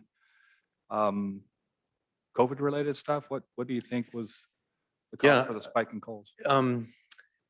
There's not necessarily a rhyme or reason for an increase and decrease. You know, we always see a little wave in the pattern. I will tell you that I think COVID certainly added to quite a bit of the activity, but we also saw quite a bit of fire activity that was outside of our city limits that also called on our staff as well. And so that being said, the interesting phenomenon, and I'll use the bridge fire, for example, when the bridge fire was occurring, we saw a dramatic decrease in people calls for service. And that tends to happen when you have a large scale fire that people say, oh, no, I don't want to call and I don't want to bother, you know, the 911 system because it's being used. And so, but there's no specific thing that I can point to. Thank you very much, Chief. Appreciate the report. Thank you, Councilman Spokely. Riddell Harris? I just have a quick question about employee retention. We saw on the budget that it's expensive to hire new staff. How's employee retention going? And is there anything else we should be doing in order to help encourage that retention? Yeah, great question. So I think that we are always at risk to lose folks from this agency to other agencies in surrounding areas that pay better. We're a great training ground, and I've given direction to our staff that we will continue to train our people as best as we can to the highest levels. the fallout to that is that then they become much more qualified and are a very valuable candidate for other jurisdictions that pay higher. That's the reality of it. And so that being said, we're not going to stop what we're doing. We're going to continue to keep our folks well trained. Now, that being said, we look for specialty opportunities as well, so that they can find a niche within our organization that would want them where they would want to stay. By way of example, we stood up 2 years ago a fire investigator position within the organization. That's a specialty position that brings a lot of personal benefit to having that role. And so we tend to see that positions, those folks stay with us for the long term. So that would be an example of trying to figure out how to keep folks in the seat over the long term. I guess maybe this might be a Nathan question. How do we balance the cost of losing someone, because that can be like half the cost of somebody's salary for a year versus the cost of increased salaries in order to keep them? How do we deal with that as a city? I don't know. Or maybe the chief, I don't know, which is the better one to ask. That's a great question. And so I'll just be brief on that. But one of the things that we're doing with the compensation and classification study is we're going to have better data on where we are in a market and who we're comparable to. And so we think that obviously it's going to help us be more data driven, but it's also going to provide a lot of inputs that we can make informed decisions and recommendations to council, so that, to Chief Spencer's point, if we are significantly below market in a particular classification, not just in the fire department, we'll know that. And then we have opportunities to address that as an organization. And do we take into account when we're looking at that, how much it costs us to lose numerous people a year and Right. those training costs? Yeah, and that's part of the broader conversation as well. When you look at the overall development and retention of your workforce, it is definitely something that, it isn't specific to fire, unfortunately. We have some classifications that it's just awfully hard. It tends to be in the more entry-level positions. Yep. But yeah, you do weigh that against, if you've got an incremental increase here, does it offset some other costs we're constantly having to retrain and replace? Absolutely. Yeah. And I know it's across the board. It's just we don't get massive amounts of emergency equipment and all kinds of fun stuff for everyone. So I was just trying to. get Thank you sense for of the that. question. Okay, thanks. Okay, that's all I had. Thank you. Councilwoman Dowden Cavill. Yes, thank you very much. Thank you, Chief. I appreciate your update and the information that you provided to us. Always appreciate that every year. I wanted to talk a little bit about that fire risk management staff position, because I know that we did fund that. It was like going to be effective at the halfway point of the year and so forth. So can you talk a little bit about that? And what was that position going to work on some of these things that Councilman Spokley had mentioned about? Yes, so we did fly a formal recruitment process. The candidates were, there were essentially two that I would consider even doing the interview process. One of them had taken another position. So we are in the process of doing the final interview with that second position, and we'll see how that works out. But we've been working diligently to try to get that person in the seat so we can move forward. Great. Okay, because that will really, I think, help things. And I'm very sorry to see that we were unable to secure that second grant for the $122,000 to help us with the fire marshal position. And speaking of grants, is there anything that we can do to help to supplement those grant applications, or information we can provide, or things that we could maybe be doing that would help position us better for those grants? I mean, sometimes, if you check the boxes, and is there something else that we can do that would help to facilitate those grants? Yeah, that's a great question. And so I will tell you that grant writing is a real art. And it's really important to understand what the awardee is looking for in that process. And so both myself and my command staff have been to various classes and training on trying to do that. I will tell you that as of next week, I'll be going to the Wildland Urban Interface Conference to have more discussion about those very issues and how do we become more successful in some of these things specifically. So we're always trying to improve our application process for grants and doing so aggressively. And I'll tell you that for this organization and the size that we are, we've obtained, and at this point, to the point of $1.2 million in grant funding since I've been here. And that's significant. And so generally speaking, a smaller organization is not as successful, and just because of economy of scale of what we're asking for. So I will tell you that in my mind and based on my experience, I think we're doing really well. And I didn't mean to discount that at all. I think we have done a tremendous job. We've secured some really valuable grants that we've been able to utilize to help the community, and props to you and your staff. Absolutely. What I meant was, is there something that we as a city could be doing? Sometimes they'll say, are you doing X, Y, and Z? And maybe we're only doing X, and we could do Y, but Y wouldn't be a big expense. But if we did Y, then that could help us in our application. I kind of liken it to the college applications, right? Are you are you an athlete? Do you have straight A's? What kind of extracurricular activities? So that's just what I was wondering, is if there was a way that we could do something that would put us in a better position. So if there is, please bring that to our attention, because, grant monies are great. So if there's something that we can do an extra thing, and maybe it's not a very costly thing, but then we can allow that to be added to the list of things that we are doing to help leverage for that grant. That'd be great. Absolutely. Thank you. That was it. Thank you very Thank you much. very much, Chief.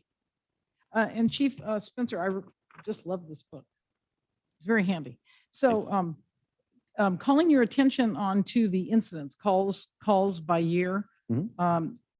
It looks to me like there's quite a few. We have a lot of false alarm, good intent calls. Is there a better way to triage the calls, or to cut down on that? Because it's disproportionate, especially fires is a third of that.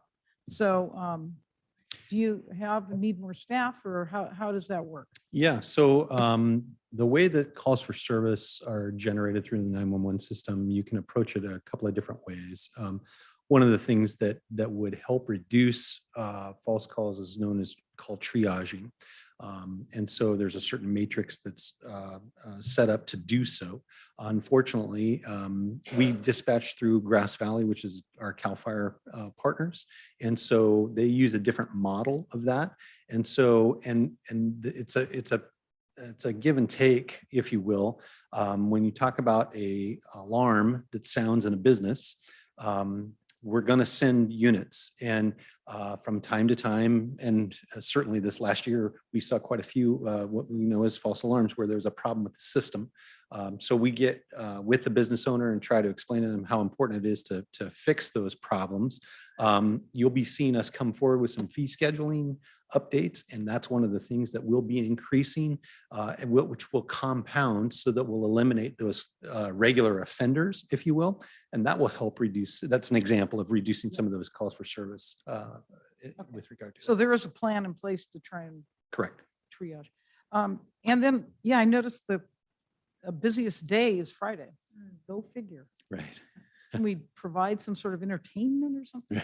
Anyway, but then my other question is, a majority of the fires, I understand, are people related. So again, I guess, is there a plan, or are we working toward, or working with other jurisdictions so that we can get a real handle on security, on education down in the canyon during hot summer days? I know that's outside our jurisdiction, but what have we done in that regard? Well, as I indicated, we do quite a bit of digital platform messaging. Typically, we'll look at the trending of our calls for service, and if we see an increase in fire-related activity, by way of example, we see that kind of in a seasonal component. So I'll use the simple example of the holiday season, where if we saw an increase in candles or cooking fires, then at that point we would change our messaging to really address that issue and try to get that widespread, because you see these trends that happen commonly. We already know that there are certain things that happen at certain times of the year. By way of example is during the summertime, and people are mowing during the hottest times of the day. So we already have those things pre-canned, if you will, or preset to go out to our community and try to communicate those things out. And so those are things that we continue to do year over year. And quite frankly, I think all of the things that we're doing to both with our Fire Safe Council and our Firewise communities and those kinds of groups, that synergism of conversation and education really begins to permeate. And it's not just coming from us as an authority, it's coming from neighbor to neighbor. And that's where we want to get to. That's really the ultimate goal. Yeah, and going along with Councilman Spokley, is there an opportunity to enforce though? It probably a lot of times are the same players that are mowing their lawn on no burn or burning on no burn days or, throwing cigarettes out of the window. Do we have some enforcement policies or are you working with someone for enforcement down in the canyon on really hot, dangerous days? Your first question is yes, we do have an enforcement because we do have a qualified investigator and we also partner with CAL FIRE's investigating team so that when we have a very obvious breaking of the law, that we're going to use those arrest powers and those types of things to really educate through that process. We work with state parks as well with regard to our messaging platform and really trying to ensure that they understand where we're coming from and try to assist them. But as you know, they're challenged as well with staffing and trying to get things out. So it's all working together, right? Thank you. Maybe we could have a little ad about, remember no fire in the state parks and our Confluence shuttle or something, like inside, just remember, or, if it's a red flag day, maybe the shuttle that takes folks down the Confluence could say something. I don't know, just. Well, thank you. That's all I have. Thank you for your report. You're very welcome. And is there anyone from the public that would like to speak on this matter? Okay, seeing none. No action is required. So the next item will be the Campus of Hope resolution. Mayor and Council, on February 28th, the council held a pretty robust discussion regarding the Campus of Hope proposal. Staff was directed to bring back a resolution in support of the concept. The enclosed resolution tonight addresses a number of really important aspects. The idea of wraparound services, emergency and no barrier sheltering, permanent supportive housing, a very holistic approach to the many services that are provided to the homeless community. And also it includes support for the idea of the Auburn shelter, of which already exists and continues. It includes the idea that we support regional planning, working with all the partners, and it encourages the collaboration between all parties, the gathering in the county, the cities, and other nonprofits. It supports conformance with the Boise decision, ultimately, which gives the authority to local law enforcement to address camping and to enforce various laws that are on the books. I mentioned the collaboration. I will tell you that I met with all parties regarding this. And I'd just like to acknowledge the folks from the gathering in. David Loya provided a lot of information on all of this. I met with their chair, Keith Estes, board member Tom Dwelly. I met with their treasurer, Peter Conrad. We talked very open and unfiltered about many issues. I can tell you that it's amazing that Auburn literally is leading the idea of trying to find solutions to homelessness. Also, the folks with Placer County, I can tell you to a person from County CAO Todd Leopold to Cindy Gustafson and their folks, they're all working extremely hard. The resolution calls for an expeditious approach to the county, the cities, in the gathering and working together, considering the various proposals that are there. One of the things that we've called out, and it's mentioned in the staff report, is the need for an update of some of the proposals. I point that out from the date that the original Campus of Hope proposal was released to today. The construction cost index has increased by 27%. The idea of moving this project forward within the county, within the state, and going to HCD for some type of a grant funding with the Project Home Key requires that the due diligence of constantly updating the numbers is there. Staff has put together the resolution. Again, I can tell you, I've been more than impressed by the folks that I've talked with. They're informed, they care. In some cases, there are people that are literally putting up hundreds of thousands of dollars of their own money to try to move the ball on this issue. And I can't say enough for the people and their overall efforts. So with that, staff is recommending adoption of the resolution. I'd be happy to take any comments or questions.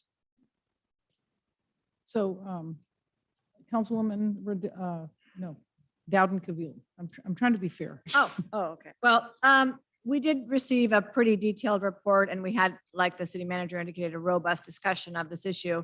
I appreciate your putting together this resolution. I know that we had the opportunity to provide some input, which I already did. So I really don't have any questions at this time. I do, though, appreciate your including those changes and the discussion about ensuring that there are enough finances, based on cost increases and so forth. So.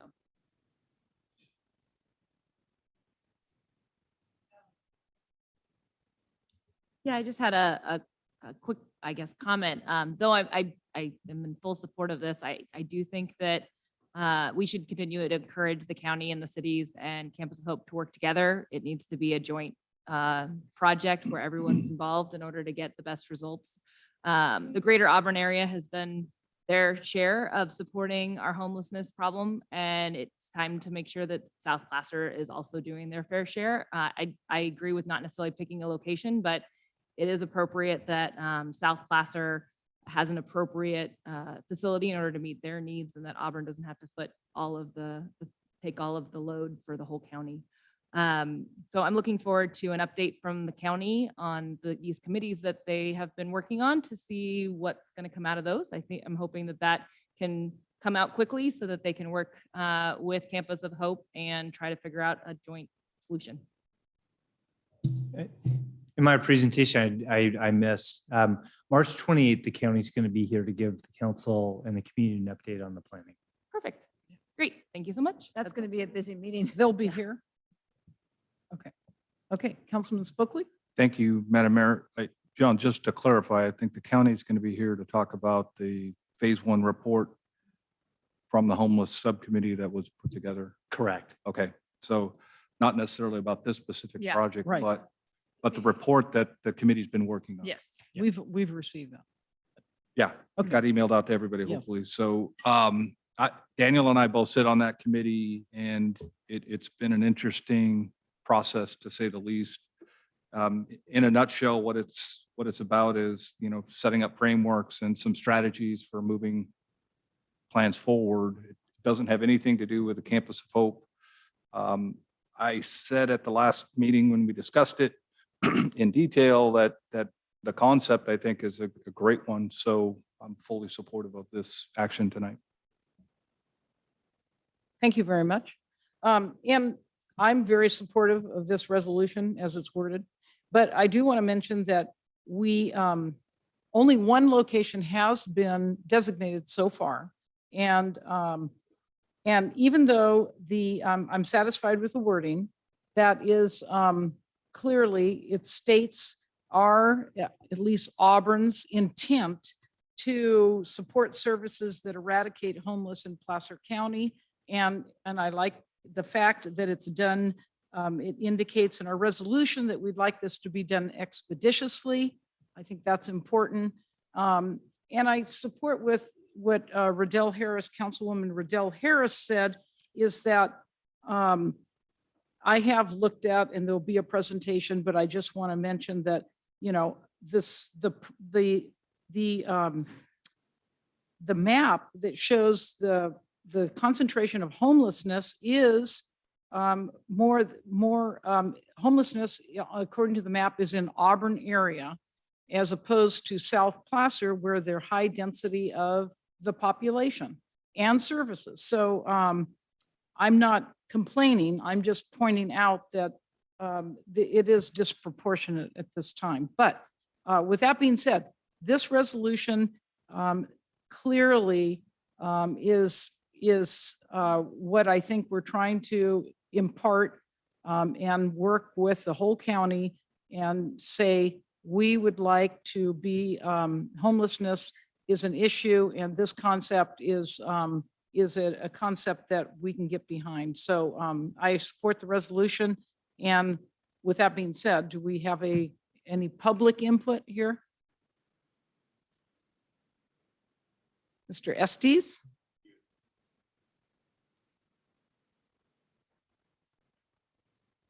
Hi, Keith Estes, the current chairman of the board for the gathering in.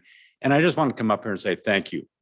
Thank you very much for this resolution, for your enthusiasm, for the support. You really are taking the lead in the county on this, and you all should be commended on it. Thank you very much. It is, I don't need to sell a program, it sells itself. You've all looked at it. It's a great program, and we appreciate your support. Thank you.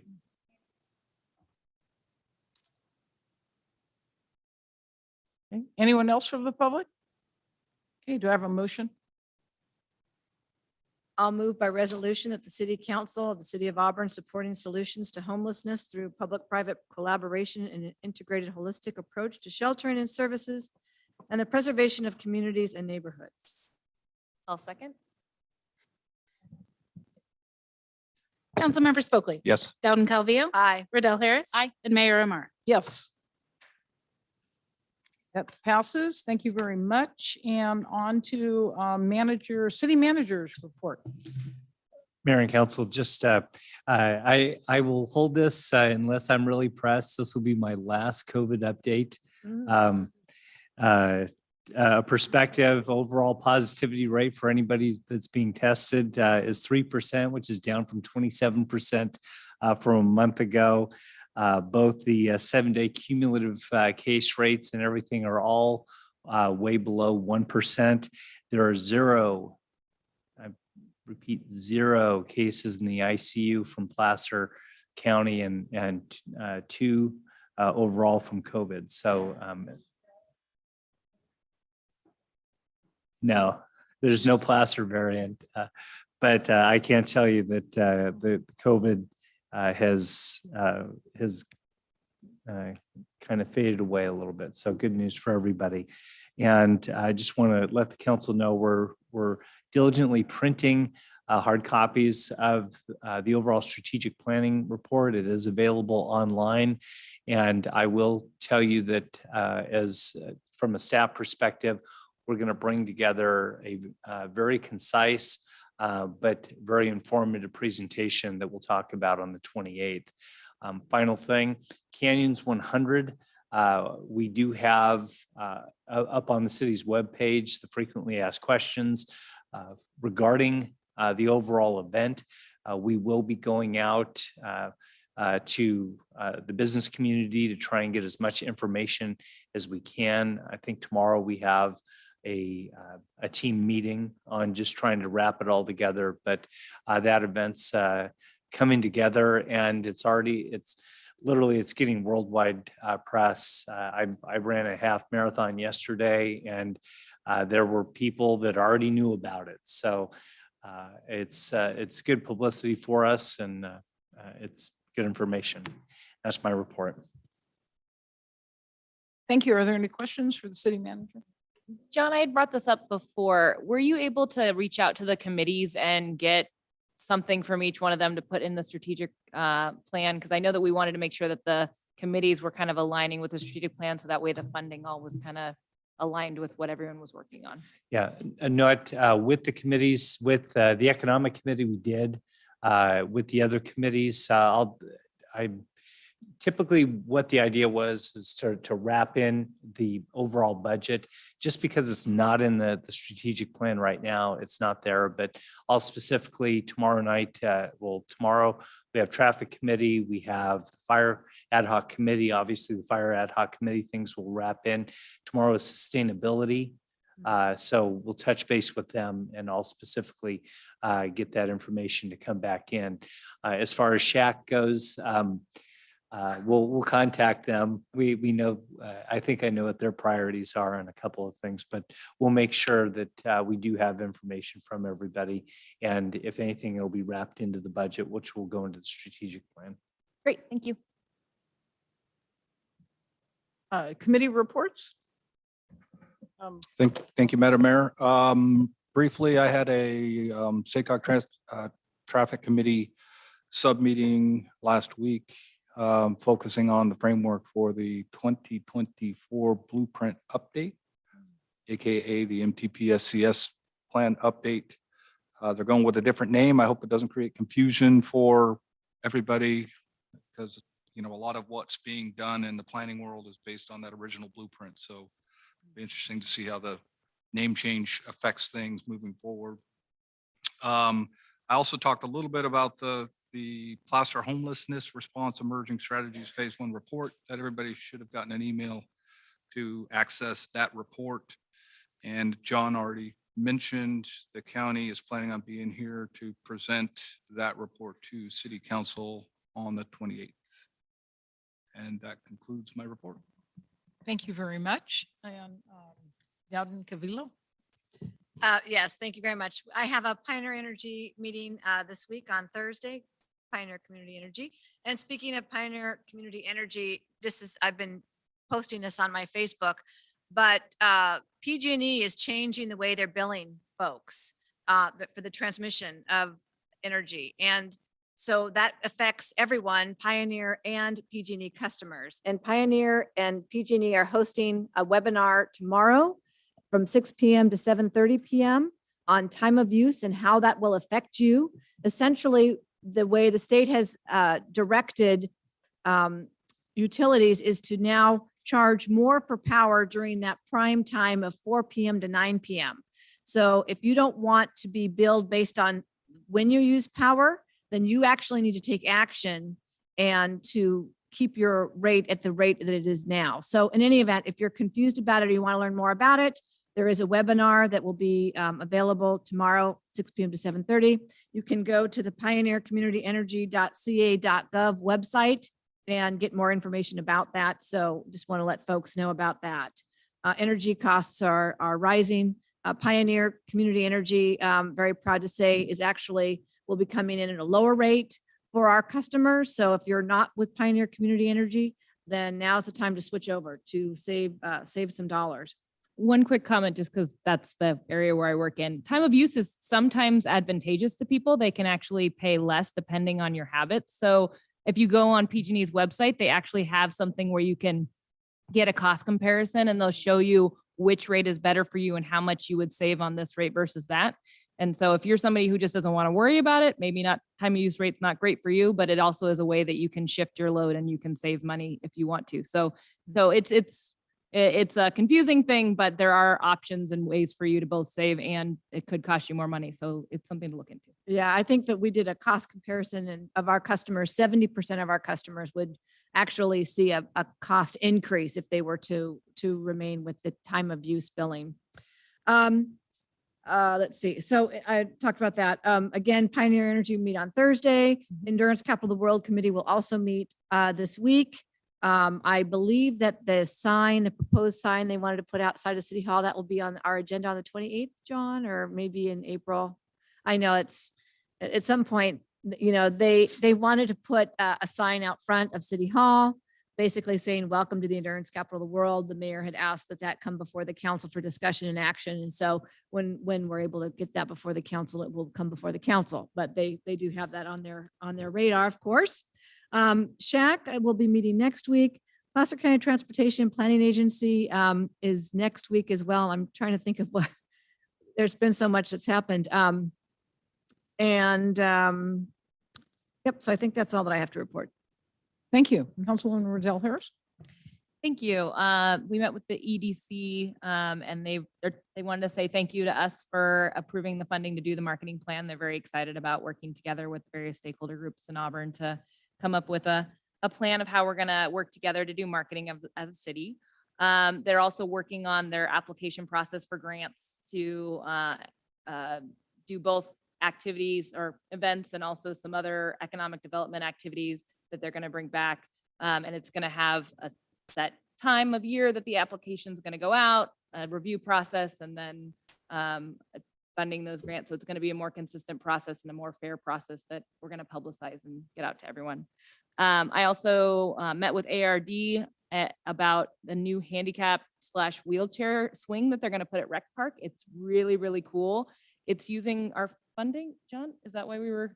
Sorry, I'm trying to remember why we were. Yeah, the city's actually providing impact fee money, and Councilwoman Riddell Harris and I, we had our committee meeting with them because no decision can be made without that committee meeting. So we're actually funding it. So that'll be really, it's one of the coolest swings I've seen. And since my daughter has special needs and couldn't fit in the swing with her fun brace that she had on her legs, it's pretty exciting. And then what was the last one? Oh, the last one was since I'm the liaison to the school boards, I've been keeping an eye on what's going on with AUSD. Over the next 2 years, they're going to need to reduce their expenses by $3 million.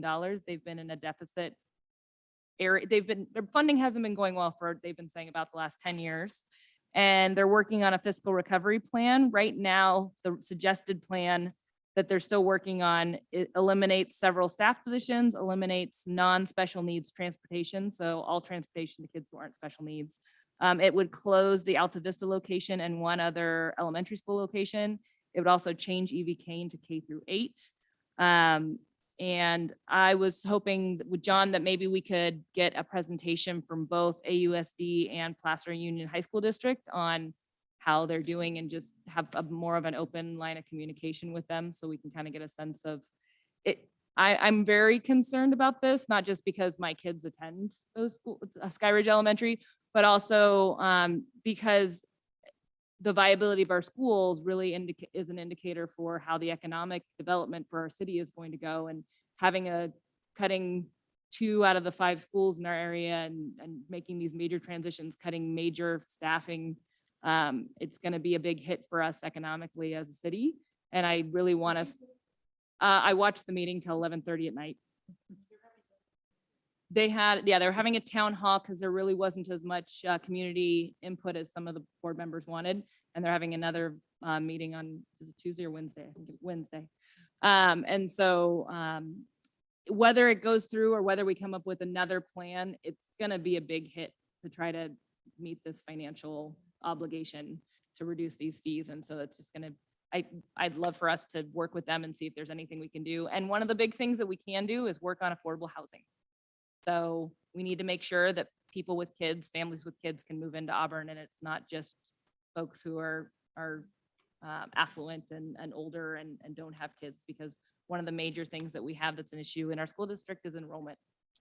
And they have to work on the issue that maybe they're not as competitive with some other schools in the area, but something that we can do is make sure that the people can afford to live in the city of Auburn. So that's something I think we should focus on. Okay, thank you. Oh, and Yes, yes, Madam Mayor, I forgot to mention Sacramento Valley Division Board of Directors for League of Cities that I am the Region 3 representative too. And we met today. The League of Cities will be looking at taking an official position with regard to the business roundtables measure they want to put on the ballot that would restrict cities and counties from assessing fees or taxes on folks. So I'll bring something to us as that develops. They're also looking to take an active role in perhaps repealing the legislation that deals with crime, and that it's not a crime if someone steals up to you have to steal more than $900 worth of merchandise in order for, so they're looking to address that issue as well. So those are certainly issues that would impact us. And they will be having their meeting, their general membership meeting in Folsom on March 25th. And our own fire chief will be presenting information about risk mitigation and so forth. So I'm thanking our chief in advance for that. I will be attending that as well. Also on the agenda is discussion of SB 1383 organic waste diversion. And we actually have some folks from Cal Recycle that will be at the meeting. So it'll be very interesting to hear what they have to say. So thank you for letting me add that. oh, absolutely. Thank you. And thank you for all your hard work. So with regard to AUSD, yes, I'm concerned about that as well. And I think it would be good if we could meet even with the economic director, because they do have also surplus property. So I don't know if that could be in the discussion and for affordable housing. And so I think that would be a good thing. And I would like to be a part of that, and we can work together. Then the other opportunity is with regard to DBA. They had a busy meeting, and I'll just give you some dates real fast here. So of course, they'll have a general membership meeting coming up, and that's going to be at the station, April 27th. And they're also the Canyons Race, April 21st, 22nd, and 23rd. They talked about that. They also talked about perhaps different businesses giving some discounts around town. So they're going to look at this as an opportunity to really do business locally. And also they're going to have a makers market pop-up downtown. And that will be the first Saturday of every month from 10:30 to 2:30. And that is, that's different than farmer's market. It's people that make things like jewelry and want to buy your wife something. So anyway, that'll be April 23rd, and it'll be in the square, and it'll be small. They're going to have a spring cleanup that will, let's see, a spring. Oh yeah, they do that voluntarily. Oh, that's going to be, what that is mostly planting. So they'll be doing a little, it probably shouldn't be cleanup, but they're focusing this year on plants, putting plants, tulips maybe. I think they're going to purchase 1,000 tulips bulbs and plant them, and they're going to focus on East Placer Park, which is pretty cool. Anyway, then of course the Community Service Day, which I think Councilman Berlant and a couple other individuals are involved with. That'll be May 14th, 8 to noon. And they said, I think the Focus School Park Preserve in Auburn Folsom. Also cocktails and cinema at the theater, May 14th. They're talking about Summer Fest. It's an event that'll take place after cruise night, and they'll have an interactive dunk tank, and they want the mayor and some other people, but I might delegate. Anyway, then the bike, there's going to be a bike event downtown. If you recall, we used to have the bike circling. Well, Victory Velo, Mr. Tebbs is organizing that. That'll be May 15th, Sunday. A lot happening in Auburn. And then, of course, Music in Town, that will start after Memorial Day, probably June 3rd, and continue to October every Friday.